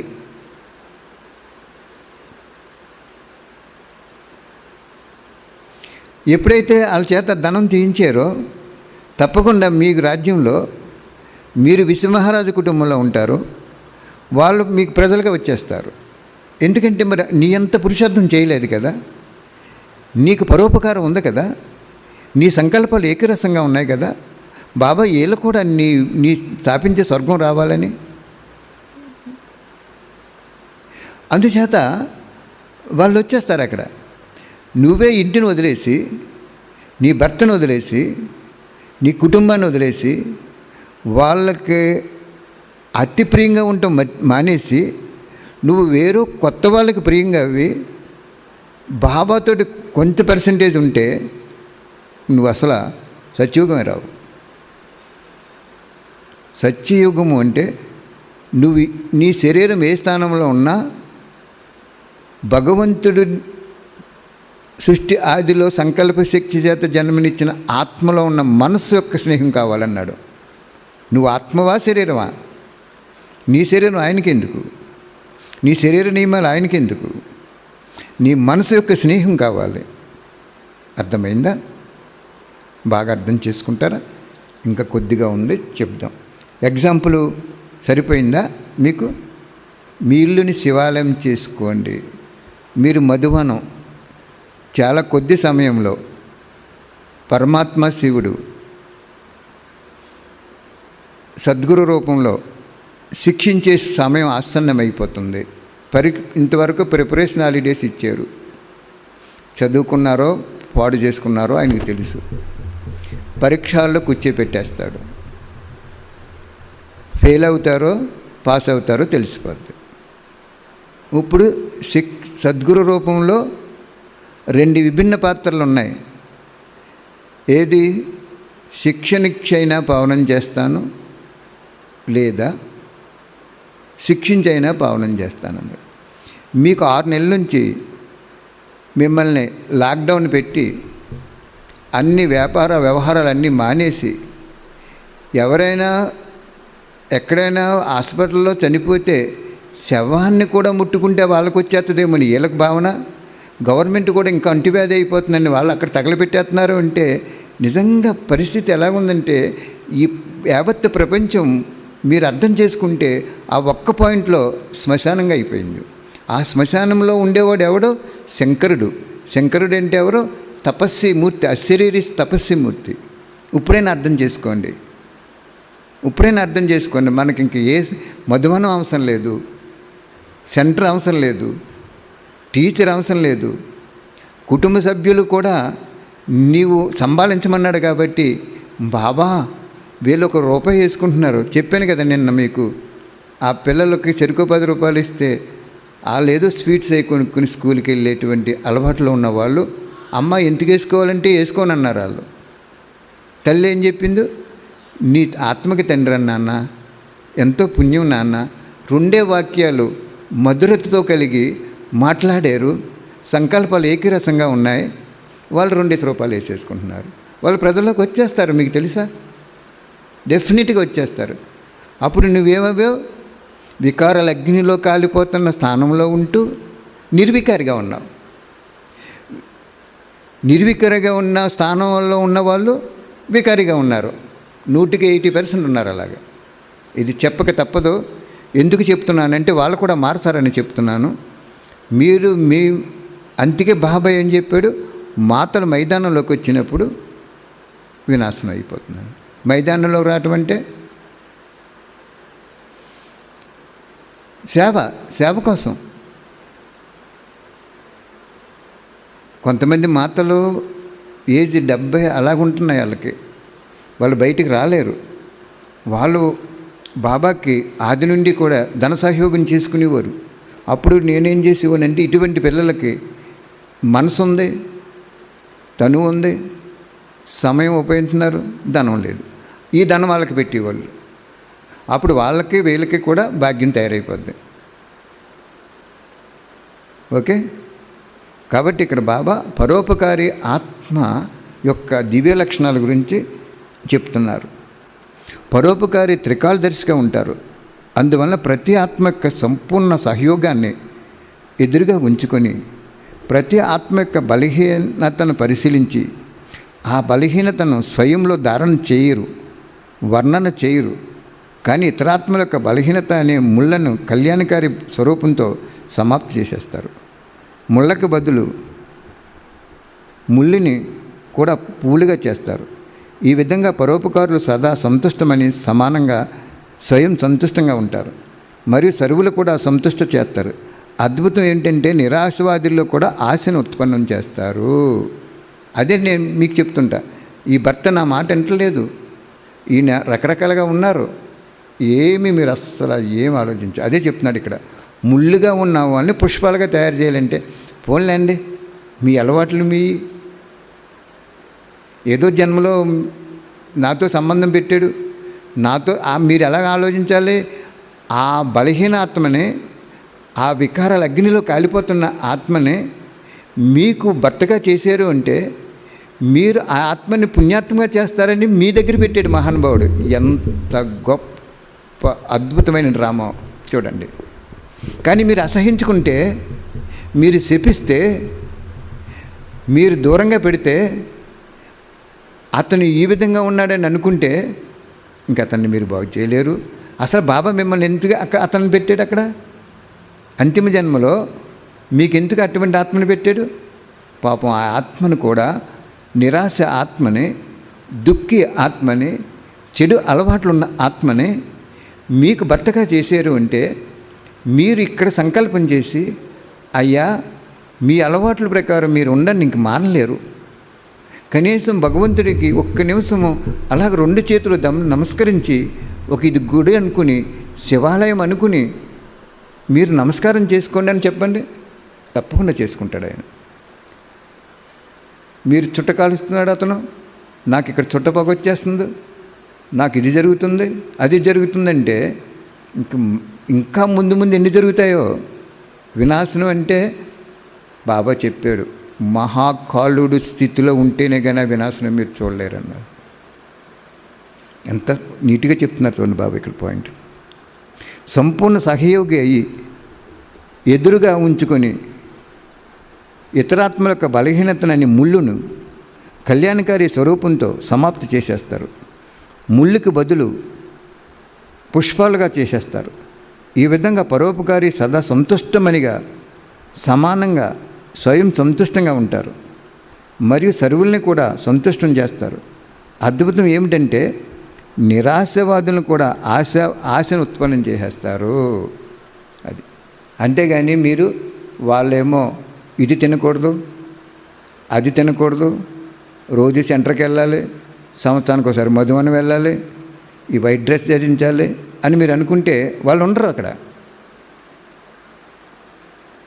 ఒక్కొక్కళ్ళు పైకి కనపడరు, లోపల మనసులో నా భార్య చేస్తున్న కార్యం చాలా మంచిదని, నువ్వు వెళ్ళిరా పర్వాలేదు అంటారు. నువ్వు వెళ్ళిరా పర్వాలేదు ఎప్పుడైతే అన్నారో వాళ్ళకి సగభాగం వచ్చేస్తుంది, మీకు తెలిసే తెలీదో. కానీ నీకు అబ్జెక్షన్ పెట్టినప్పుడు మీకు అది పరీక్ష. అది ఆయన వెళ్ళిరామన్నప్పుడు నువ్వు వెళ్తున్నావంటే నీలో పుణ్యం సగం వాళ్ళకి వెళ్ళిపోద్ది. 100% వాణిలో ఉంది. ఇది పరోక్షంగా సహయోగి అవుతారు భగవంతుడికి. నీకు విఘ్న రూపం అయిపోయారనుకో, నీకు విఘ్న రూపం అయిపోయినప్పుడు నీకు పరీక్ష. అది ఆ విఘ్న రూపం కంటిన్యూగా ఉన్నప్పుడు అక్కడ కర్మల ఖాతా. అది నువ్వు కూడా ఏదో కర్మల ఖాతా చేసావు కాబట్టి నీకు ఇటువంటి అతన్ని ఇచ్చాడు. ఇటువంటి అతన్ని బాగు చేయడానికే నీకు ఈ జ్ఞానం ఇచ్చాడు. అక్కడ అంత వండర్ఫుల్ పాయింట్స్ చూడండి. అది మరి తెలుసుకున్నారా? అంత డీప్గానే మీరు శివాలయం చేసేసుకోండి. ఇప్పుడు రెడీ అయిపోయారు బాబా. ఇంక శిక్షించే సమయం ఆసన్యం అయిపోయింది. లాక్డౌన్ పూర్తిగా క్లోజ్ చేసేసారు. ఇవన్నీ పెరిగిపోతున్నాయి. గవర్నమెంట్ కూడా ఇంక చేతులు ఎత్తేసినట్టు ఏం చేయలేకపోతున్నారు. వారు కూడా ఏం చేస్తారు పాపం. వాళ్ళు కూడా ఇంతవరకు ఎంతో ఓపికతో ఎంతో ఖర్చు పెట్టి ఎన్ని రకాలుగా చాలా న్యాయం చేకూర్చారు వాళ్ళు. వాళ్ళకి మనంత జ్ఞానం లేకపోయినా ఇన్నిత్య జ్ఞానం ఉండి మానవత్వ ధర్మంతో ఉన్నదో లేదో ఆ ఉన్న ఖజానాన్ని చేసుకున్నారు. ఇప్పుడు అప్పులు చేసి కొన్ని కోట్లు ఖర్చు పెట్టి యుద్ధం వచ్చేస్తుందని యుద్ధం సంబంధించిన పరికరాలు కూడా తెచ్చుకుంటున్నారు. మరి వాళ్ళు న్యాయమే చేశారు కదా. ఎంత దేశాన్ని రక్షించుతున్నారు వాళ్ళు. వాళ్ళకి నిజంగా వినాశనం అయిపోతుందని వాళ్ళకి మన స్థితిని బట్టి చెప్తే, మన స్థితి లేదు కాబట్టి వాళ్ళకి స్థితి తయారవ్వట్లేదు. ఆధారమూర్తులకు లేదు, ఉద్ధారమూర్తులకు లేదు, పూర్వీకులకు లేదు. అంచేత వాళ్ళు ఆ విధంగా ఉండిపోయారు. కాబట్టి బాబా చెప్తున్నారు, ముళ్ళుగా ఉన్న ఆత్మని, నిరాశగా ఉన్న ఆత్మని పుష్పాలుగా ఆశావంతులుగా తయారు చేసేస్తారు. అంచేత ఎప్పుడు కూడా ఈ ఆత్మ వింటలేదు అన్నయ్య అక్కయ్య, ఈ ఆత్మ వింటే నేను పావనమైపోతాను అంటే అది పరోపకారి ఆత్మ యొక్క మాటలు కాదంటున్నారు బాబా. ఎవరి గురించి అయితే అందరూ నిరాశ వ్యక్తం చేశారో ఆ వ్యక్తిలో లేదా అటువంటి స్థితిలో కూడా సదా ఆశాదీపాన్ని వెలిగిస్తారు. మీ జడచిత్రాలు ఇప్పటి వరకు అనేక ఆత్మల యొక్క అల్పకాలిక మనోకామాలను పూర్తి చేస్తున్నాయి కదా. అలాగే చైతన్య రూపంలో ఇక్కడ చెప్తున్నారు point, last and final point, top most point. ఒక్క నిమిషం యోగం చేసుకోండి. చాలా వండర్ఫుల్ పాయింట్, లాస్ట్ పాయింట్.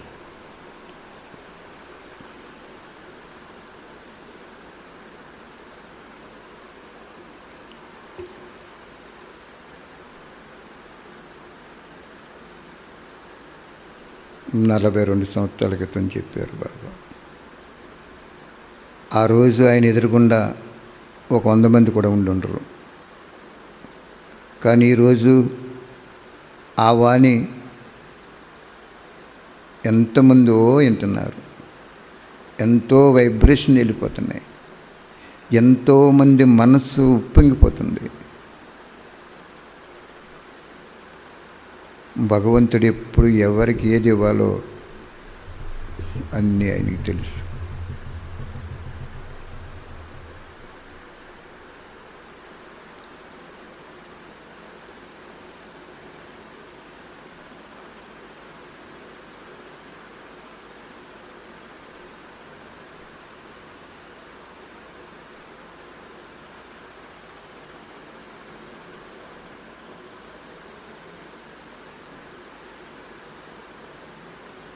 ఆ రోజు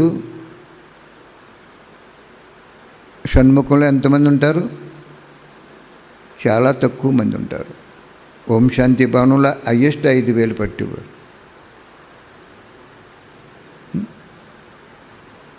42 సంవత్సరాల క్రితం చెప్పారు ఈ వాణి బాబా. అంతే కదా, 78లో. కానీ ఈరోజు యూట్యూబ్లో కనీసం 1000 మంది అంటున్నారు.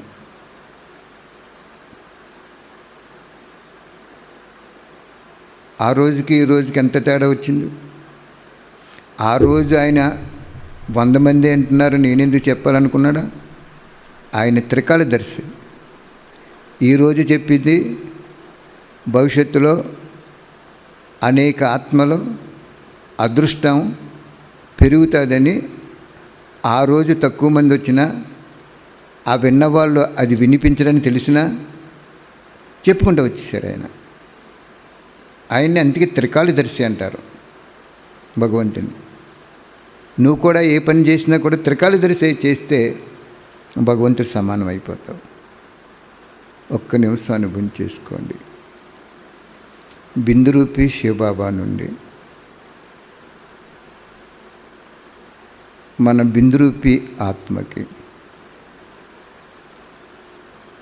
ప్రవాహంలా ఒక దివ్య అలౌకిక దైవశక్తి మన భూభాగం అంతా నిండిపోతున్నట్లు అనుభవం చేసుకోండి. 15 కోట్ల కిలోమీటర్ల దూరంలో ఉన్న సూర్యుడు ఎన్నో కిలోమీటర్ల చిత్రం ఉన్న భూమికి కాంతినిస్తున్నాడు. మరి భగవంతుడు ఎంత కాంతిస్తాడు? భగవంతుడు ఎంత శక్తి ఇస్తాడు?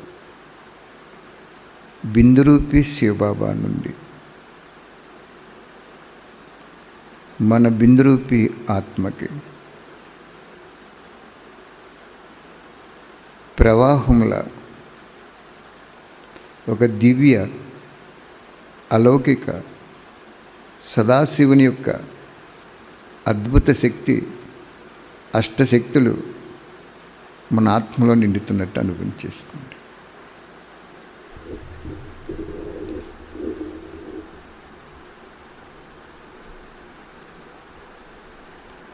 బాబా అంటున్నారు, ఇప్పటి వరకు సంగమయుగంలో మీరు చేయటం వలన మీ విగ్రహాలకు కూడా విగ్రహాల దగ్గరికి వెళ్ళి ఆ విగ్రహం మాట్లాడకపోయినా భక్తుల మనసులో కలిగిన కోరికలు ఆ విగ్రహం తీరుస్తుంది కదా.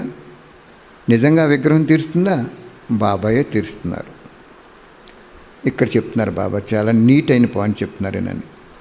ఒకవేళ మీ సహయోగి అక్కయ్య లేదా అన్నయ్య పరివారంలోని ఆత్మలో తెలివి తక్కువగా, అమాయకంగా అల్పకాలిక వస్తువులను సదాకాలికంగా ప్రాప్తిగా భావించి అల్పకాలిక పేరు కావాలని, అల్పకాలిక గౌరవం కావాలని, అల్పకాలిక ప్రాప్తి కావాలని కోరిక ఉంచుకుంటే ఎవరో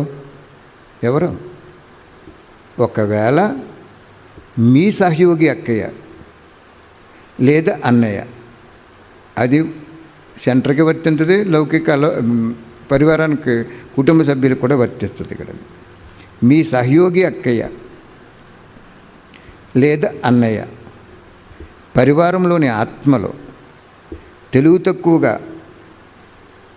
అమాయకంగా అల్పకాలిక వస్తువులను సదాకాలిక ప్రాప్తిగా భావించి అల్పకాలిక పేరు కావాలని, గౌరవం కావాలని, అల్పకాలిక ప్రాప్తిని కావాలని కోరిక ఉంచుకుంటే, అంటే నీ చుట్టూ ఉన్నవాళ్ళు అటువంటి సమయంలో ఇతరులకి గౌరవం ఇచ్చి స్వయం నిర్మాణంగా ఉండాలి.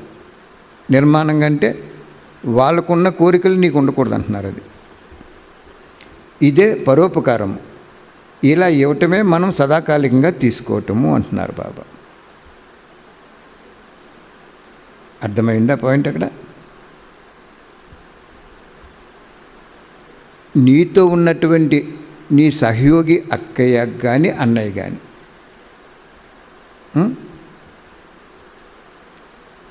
పరివారంలో ఆత్మలో తెలివి తక్కువతనం వలన అమాయకంగా ఉండటం వలన సదాకాలికం కాదు, అల్పకాలిక వస్తువులను సదాకాలికంగా ప్రాప్తిగా భావించి అల్పకాలిక ప్రాప్తిని కావాలని కోరిక ఉంచుకుంటే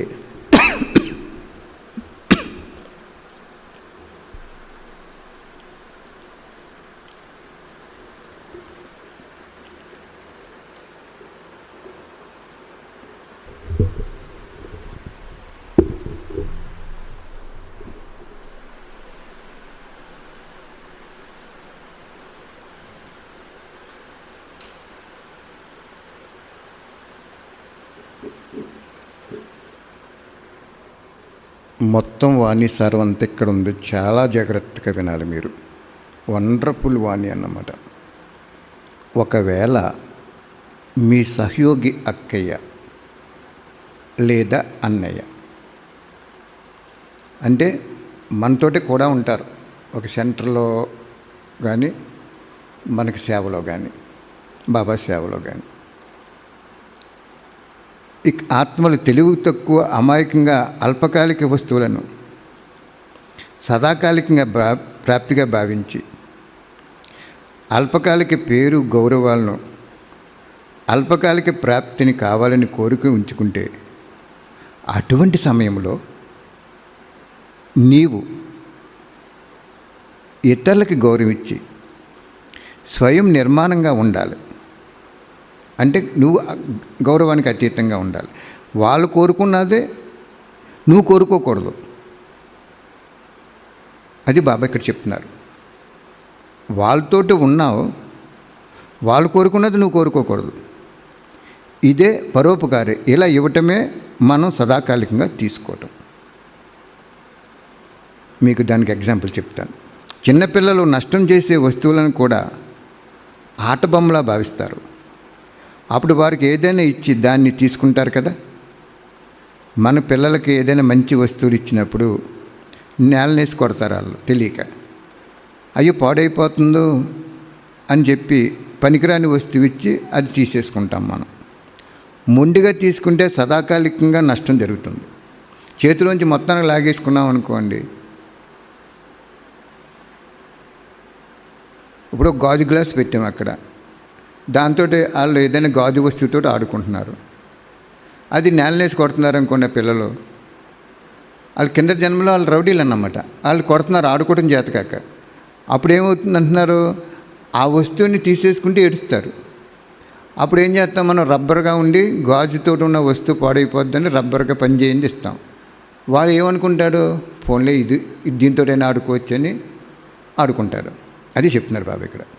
అలాగే తెలివి తక్కువైన ఆత్మలో ఆ సమయంలో అల్పకాలిక ప్రాప్తిని అంటే సదా నష్టం చేసే విషయాలను తమ కళ్యాణం యొక్క సాధనగా భావిస్తారు. ఇటువంటి ఆత్మలు వెంటనే ఈ విషయం నుండి తొలగిస్తే వారు వ్యాకులతలోకి వచ్చి పురుషార్థ జీవితాన్ని పోగొట్టుకుంటారు. అందువలన వారికి ఏదైనా ఇచ్చి అప్పుడు దాని నుండి సదాకాలికంగా విడిపించాలి. ఇలా యుక్తియుక్తంగా నడవటం ద్వారా స్వతహాగానే అల్పకాలిక యొక్క బికారి ఆత్మ తెలివి తక్కువ నుండి తెలివైన వారిగా అవుతుంది. అప్పుడు స్వయమే అనుభవం చేసుకుంటారు ఇది అల్పకాలిక సాధనం అని. ఇలా తెలివి తక్కువ ఆత్మలపై కూడా పరోపకారిగా అవ్వాలి. ఇటువంటి పరోపకారులు స్వతహాగానే స్వయం ఉపకారులుగా ఉంటారు. ఇవ్వటం ద్వారా స్వయానికి లభిస్తుంది. మహాదానులే సర్వాధికారిగా స్వతహాగానే అంటారు. అర్థమైందా పరోపకారి యొక్క పరిభాష ఏమిటో? ఇటువంటి పరోపకారులే సర్వాత్మల ద్వారా మనస్సు యొక్క ఆశీర్వాదాలు అధికారిగా కాగలరు. ఇటువంటి పరోపకారి ఆత్మలపై సదా సర్వాత్మల ద్వారా గౌరవం యొక్క పూలవర్షం కురుస్తుంది. అర్థమైందా అంటున్నారు బాబా. లాస్ట్ పాయింట్ అర్థమైందా? అర్థమవుతుంది. అది సామాన్యమైన వాక్యం కాదు. అది ఏమంటున్నారంటే బాబా, నీతో ఉన్నటువంటి అక్కయ్యలైనా అన్నయ్యలైనా అల్పకాలిక వస్తువుల్ని సదాకాలికంగా భావించి మరియు పేరు కావాలి, గౌరవం కావాలని కోరుకుంటున్నప్పుడు నువ్వేం చేస్తావంటున్నారు. అంటే నువ్వు ఒక యజ్ఞాన్ని నడిపిస్తున్నావు. బాబా నీకు ఇచ్చారు. యజ్ఞకుండం అంటే ప్రతి సెంటర్ యజ్ఞకుండం అని చెప్పారు బాబా. మధువనం ఒకటే కాదని చెప్పారు. మధువనం మహాయజ్ఞకుండమే, కానీ నీది కూడా కుండమే, యజ్ఞకుండమే నీది. అలా నడిపిస్తున్నప్పుడు మనతో ఉన్న వాళ్ళు ఏం చేస్తారంటే, మనం వీళ్ళతో ఉండటం వలన వీళ్ళకి పేరు వచ్చేస్తుందని చెప్పి మనకొచ్చే పేరు వాళ్ళకి కావాలని కోరుకుంటారు. ఈ నిమిత్తాత్మక ఎందుకు వస్తుంది పేరు? త్యాగం ఉంది అక్కడ. మీరు ఎప్పుడైనా గుర్తుంచుకోండి, నిమిత్తాత్మ అంటే సెంటర్ నడిపించటం, ఒక సంస్థ నడిపించటం కాదు. నిమిత్త ఆత్మ అంటే త్యాగము, తపస్సు ఉన్న ఆత్మ. ఆ త్యాగము, తపస్సు ఉన్న ఆత్మ బాబాకు తోడుగా నడుస్తున్నప్పుడు వాళ్ళకి ఇంకా పరివారం తయారవుతారు. వాళ్ళు ఆ వచ్చిన వాళ్ళు ఏం చేస్తారంటే, నాకు కూడా ఇటువంటి పేరు కావాలి, గౌరవం కావాలని కోరుకుంటారు. అప్పుడు బాబా ఏమంటున్నారంటే, నువ్వు సైలెంట్ అయిపో, నువ్వు కోరుకోకు. ఆ తర్వాత కొంతకాలానికి మాది అల్పకాలికము అని తప్పకుండా వాళ్ళు అనుభవం చేసుకుంటారన్నారు. ఇలాగ మాకు భగవంతుడిచ్చిన ఈ సూక్ష్మ యజ్ఞంలో ఎన్నో జరిగినాయి. చిన్న సింపుల్గా అర్థం అవటం కోసం చెప్పవలసి వస్తుంది సమస్య. నేను ఎవరైనా నా సాంగత్యంలోకి వచ్చినప్పుడు, నేను 8 సంవత్సరాల్లో ఏకదాటిగా నెలకి 20 రోజులు బయటే ఉండేవాడిని. కారు, చక్కటి కారు ఇచ్చేవారు బాబా, ఏసీ కారు. కన్నబాబు డ్రైవింగ్లో ఉండేవారు. ఒక పాప వచ్చేవారు. ఇటు వైజాగ్ లైన్ అంతా వెళ్ళేవాళ్ళు. అక్కడ మంచి, అందుకే బాబా చెప్పాడు, నీ ద్వారా 1000 మందిని తయారు చేస్తానని. వాళ్ళు అక్కడ కొంతమందిని తయారు చేసేవారు.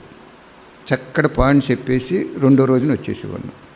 అలాగ బయట 20 రోజులు మేము బయటే ఉండేవాళ్ళం. మాతాజీ ఇక్కడ ఉండేవారు. ఒక పాప వచ్చేవారు. ఒకసారి ఒక పాప ఇంకోసారి వచ్చేవారు. బాబు డ్రైవింగ్లో ఉండేవారు. ఇక్కడ ఎవరి విశేషత వాళ్ళదే. కొంతమంది నాకు జాయిన్ అయ్యేవారు. అక్కడక్కడక్కడ చెప్పకూడదు పేర్లు, ఏరియా కూడా చెప్పకూడదు. ఎందుకంటే ఇక్కడ ఇప్పుడే చెప్పాడు కదా పరోపకారం అని. వాళ్ళని కూడా తీసుకెళ్తే వాళ్ళు ఏం చేసేవారంటే గ్రహించేసేవారు ఇవన్నీ. నేనేంటంటే మనలాగా తయారవుతారు, మనం బాబు సమానంగా తయారవ్వాలి, ఇతరులను కూడా మనం బాబు సమానంగా తయారు చేయాలని నా సంకల్పంతో తీసుకెళ్తే వాళ్ళు కొన్నాళ్ళు అవ్వేటప్పటికి ఈ అన్నయ్యకి పేరు వస్తుందని చెప్పి మనం ఏదైతే బాహ్య రూపంలో చేస్తున్నామో అది వాళ్ళు కాపీ చేసేసేవారు. ఓ బుక్ కొట్టిస్తున్నాం అనుకోండి, మళ్ళీ వాళ్ళు బుక్ కొట్టించేవారు. ఒక క్యాలెండర్ కొట్టిస్తున్నాం అనుకోండి, మళ్ళీ క్యాలెండర్ కొట్టించేవారు. బాబాని అడిగితే నువ్వు సైలెంట్గా ఉండండి, దర్శా. చాలా వ్యతిరేకం అన్నమాట. నేను నిమిత్తంగా బాబా నన్ను తయారు చేశాడు, నా ద్వారా తయారైన ఆత్మలు కూడా వ్యతిరేకం. అటు సంస్థలో చాలామంది సత్యం చెప్పేస్తున్నాడు ఇతను అని వ్యతిరేకం. సత్యం చెప్తుంటే వ్యతిరేకం అంటండి, ఇదేం మరి న్యాయమో? అన్ని పరీక్షలు అన్నమాట, మనకు ఉన్నత అవటానికి అన్నమాట. అప్పుడు వాళ్ళు ఏం చేసేవారంటే ఏ విషయంలో పేరు వస్తుందో ఆ విషయాన్ని వాళ్ళు కాపీ చేసేసేవారు. కానీ అక్కడ ఇందాక ఇంకో మాట చెప్పాడు మీకు, నిశ్చింత చక్రవర్తిగా ఉంటారు పరోపకారి ఆత్మ అని. నేనేమనుకున్నానంటే బాబా మరి ఇలా జరుగుతుందంటే బాబా ఏమన్నారంటే, కంచంలో నువ్వు అన్నం పెట్టుకుని తింటున్నప్పుడు ఎంత జాగ్రత్తగా తిన్నా కొన్ని మెతుకులు కింద పడిపోతాయి. ఆ మెతుకులు కంచంలో వేసుకుని మళ్ళీ తినవు కదా నువ్వు. ఆ కంచాన్ని క్లీన్ చేస్తున్నప్పుడు ఆ కాకులు తింటాయి. పోన్లే పాపం అవి కూడా బతుకుతున్నాయి కదా, అంచేత లీవ్ ఇట్, వదిలేయనివారు బాబా. ఓహో బాబా అనుకునేవాడిని. అప్పుడు బాబా చెప్పారు, నువ్వు ఇల్లు అమ్మావు, వాళ్ళు ఇల్లు అమ్మలేదు. నువ్వు బొక్కులు కొట్టించావు, నీకు పేరు వచ్చింది. అవి పేరు వచ్చి చేస్తున్నారో ప్రాప్తి వచ్చేది చేయట్లేదు.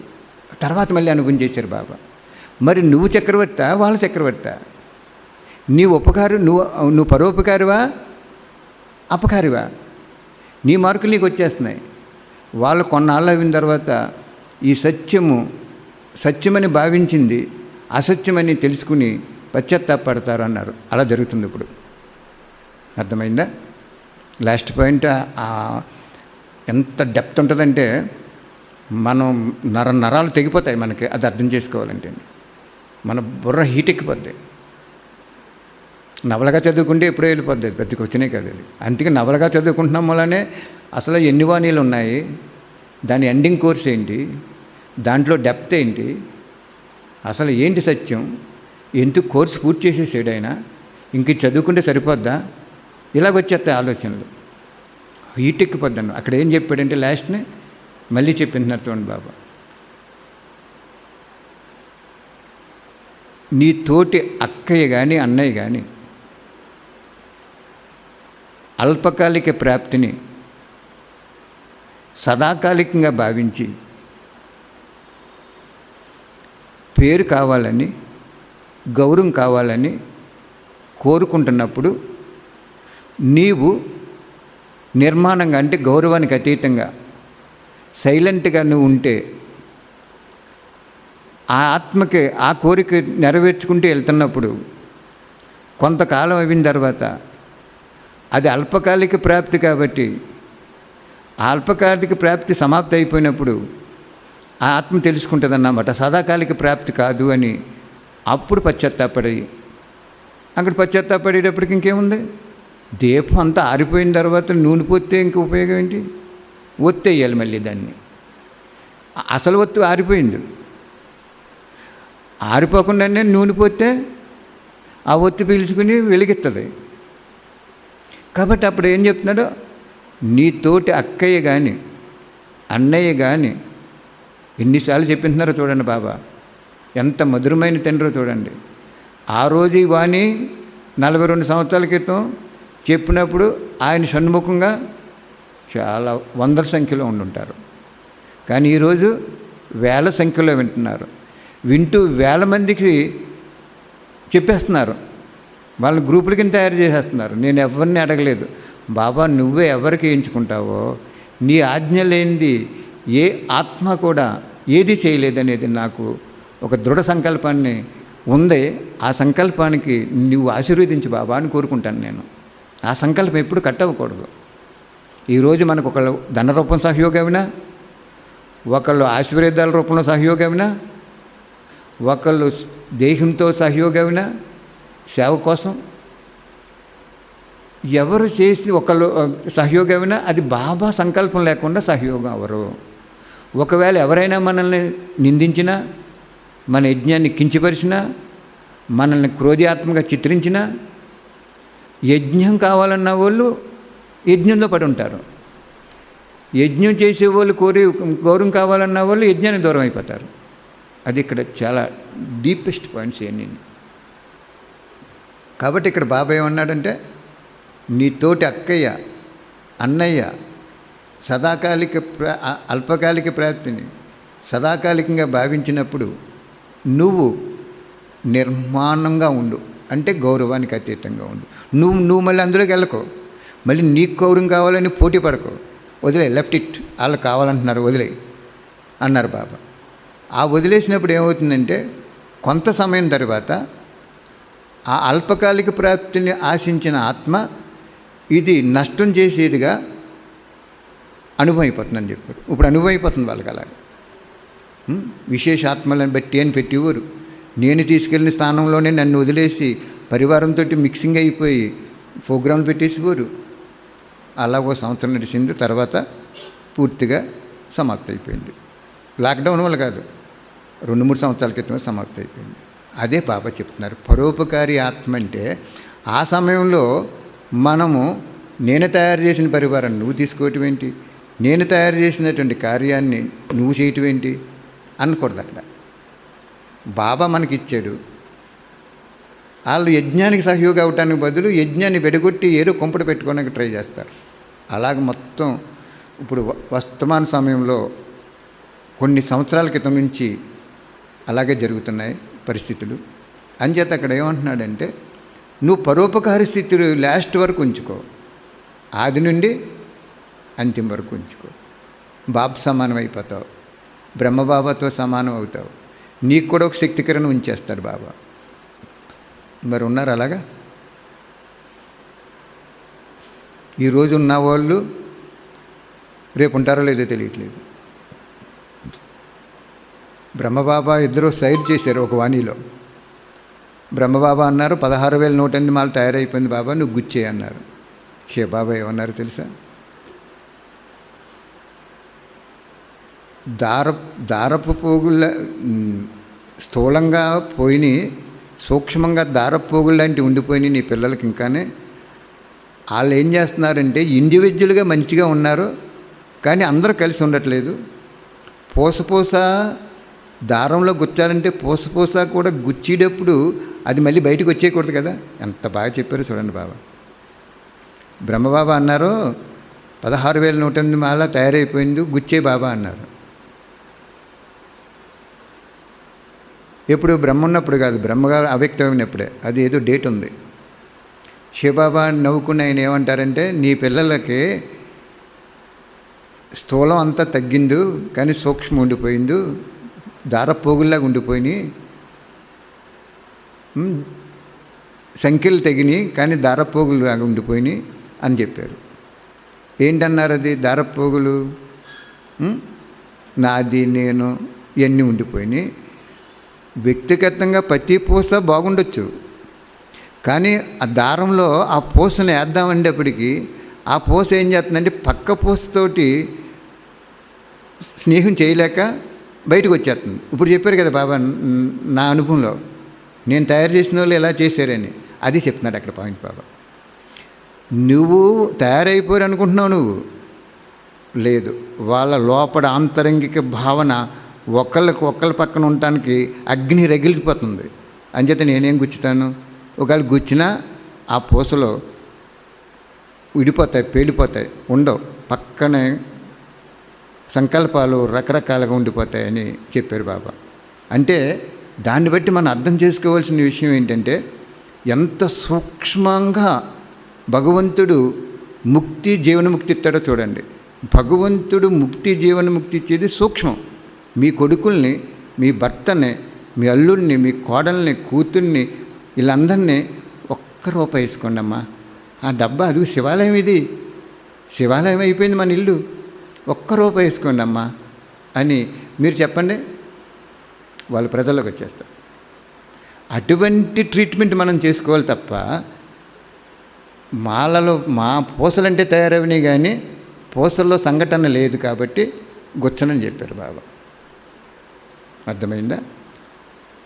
కాబట్టి వాళ్ళే పూసలు కాదు, ఇంకా కొత్త వాళ్ళు ఎంతోమంది వస్తారు. లాస్ట్గా వచ్చి ఫాస్ట్గా వెళ్ళి ఫస్ట్ మార్క్ తీసేసుకుంటారన్నారు. దేని వాళ్ళు తీసుకుంటారో ఒక్కటక్కడ గుర్తించుకోండి. ఒక్కసారి మీరు ప్రతిరోజు జ్ఞాపకం ఉంచుకోండి. లాస్ట్ని వచ్చి ఫాస్ట్గా వెళ్ళే వాళ్ళు ఎవరంటే మురళి మీద సంలగ్నత ఉన్నవాళ్ళు,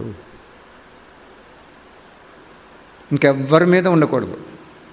ఏ వస్తువు, వైభవాలు, ఆస్తి, ఐశ్వర్యాలు, సిరి సంపదలు Madhuvanam centres, teachers, incharge, zone incharge, Dadi దీదులు ఎవరు, మీ కుటుంబం ఎవ్వరూ ఉండకూడదు. దేని మీద ఉండాలి సంలగ్నత? మురళి మీద సంలగ్నత ఉన్న ఆత్మ లాస్ట్ని వచ్చి ఫాస్ట్గా వెళ్ళి ఫస్ట్ మార్క్ చేసేసుకుంటుంది. అష్టరత్నాల్లో కూడా వస్తుంది, 16,108లో కూడా వస్తుందని చెప్పారు బాబా. ఒక వాణిలో చెప్పారు, సాకార వాణిలో, మధువనం చూడలేనటువంటి ఆత్మ కూడా అష్టరత్నంలోకి వస్తుందండి. అంటే అక్కడ ఏంటంటే బాబా ఇవన్నీ కూడా ఒక మనల్ని ఆయన దగ్గర చేర్చడానికి సాధనాలు ఇవి, కానీ సాధించినట్టు కాదు. సాధనాల్లో ఉండిపోతే ఇంకేం సాధింటాం మనం? సాధనాలకు అతీతమై సాధించాలి. అర్థమైందా? చాలా చక్కటి వాణి చక్కగా చెప్పించారు బాబా.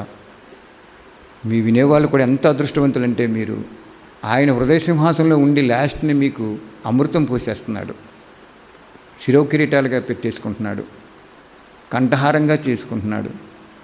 శంకరుడు తలపై గంగ ఉంటుంది, పక్కన పార్వతి ఉంటుంది, అయినా సరే అందులో పాటలో ఉంటుందన్నమాట.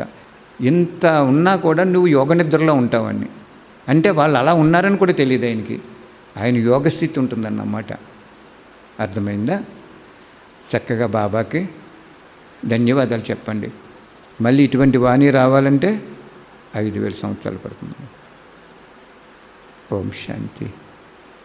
Thank you Baba, thank you very much.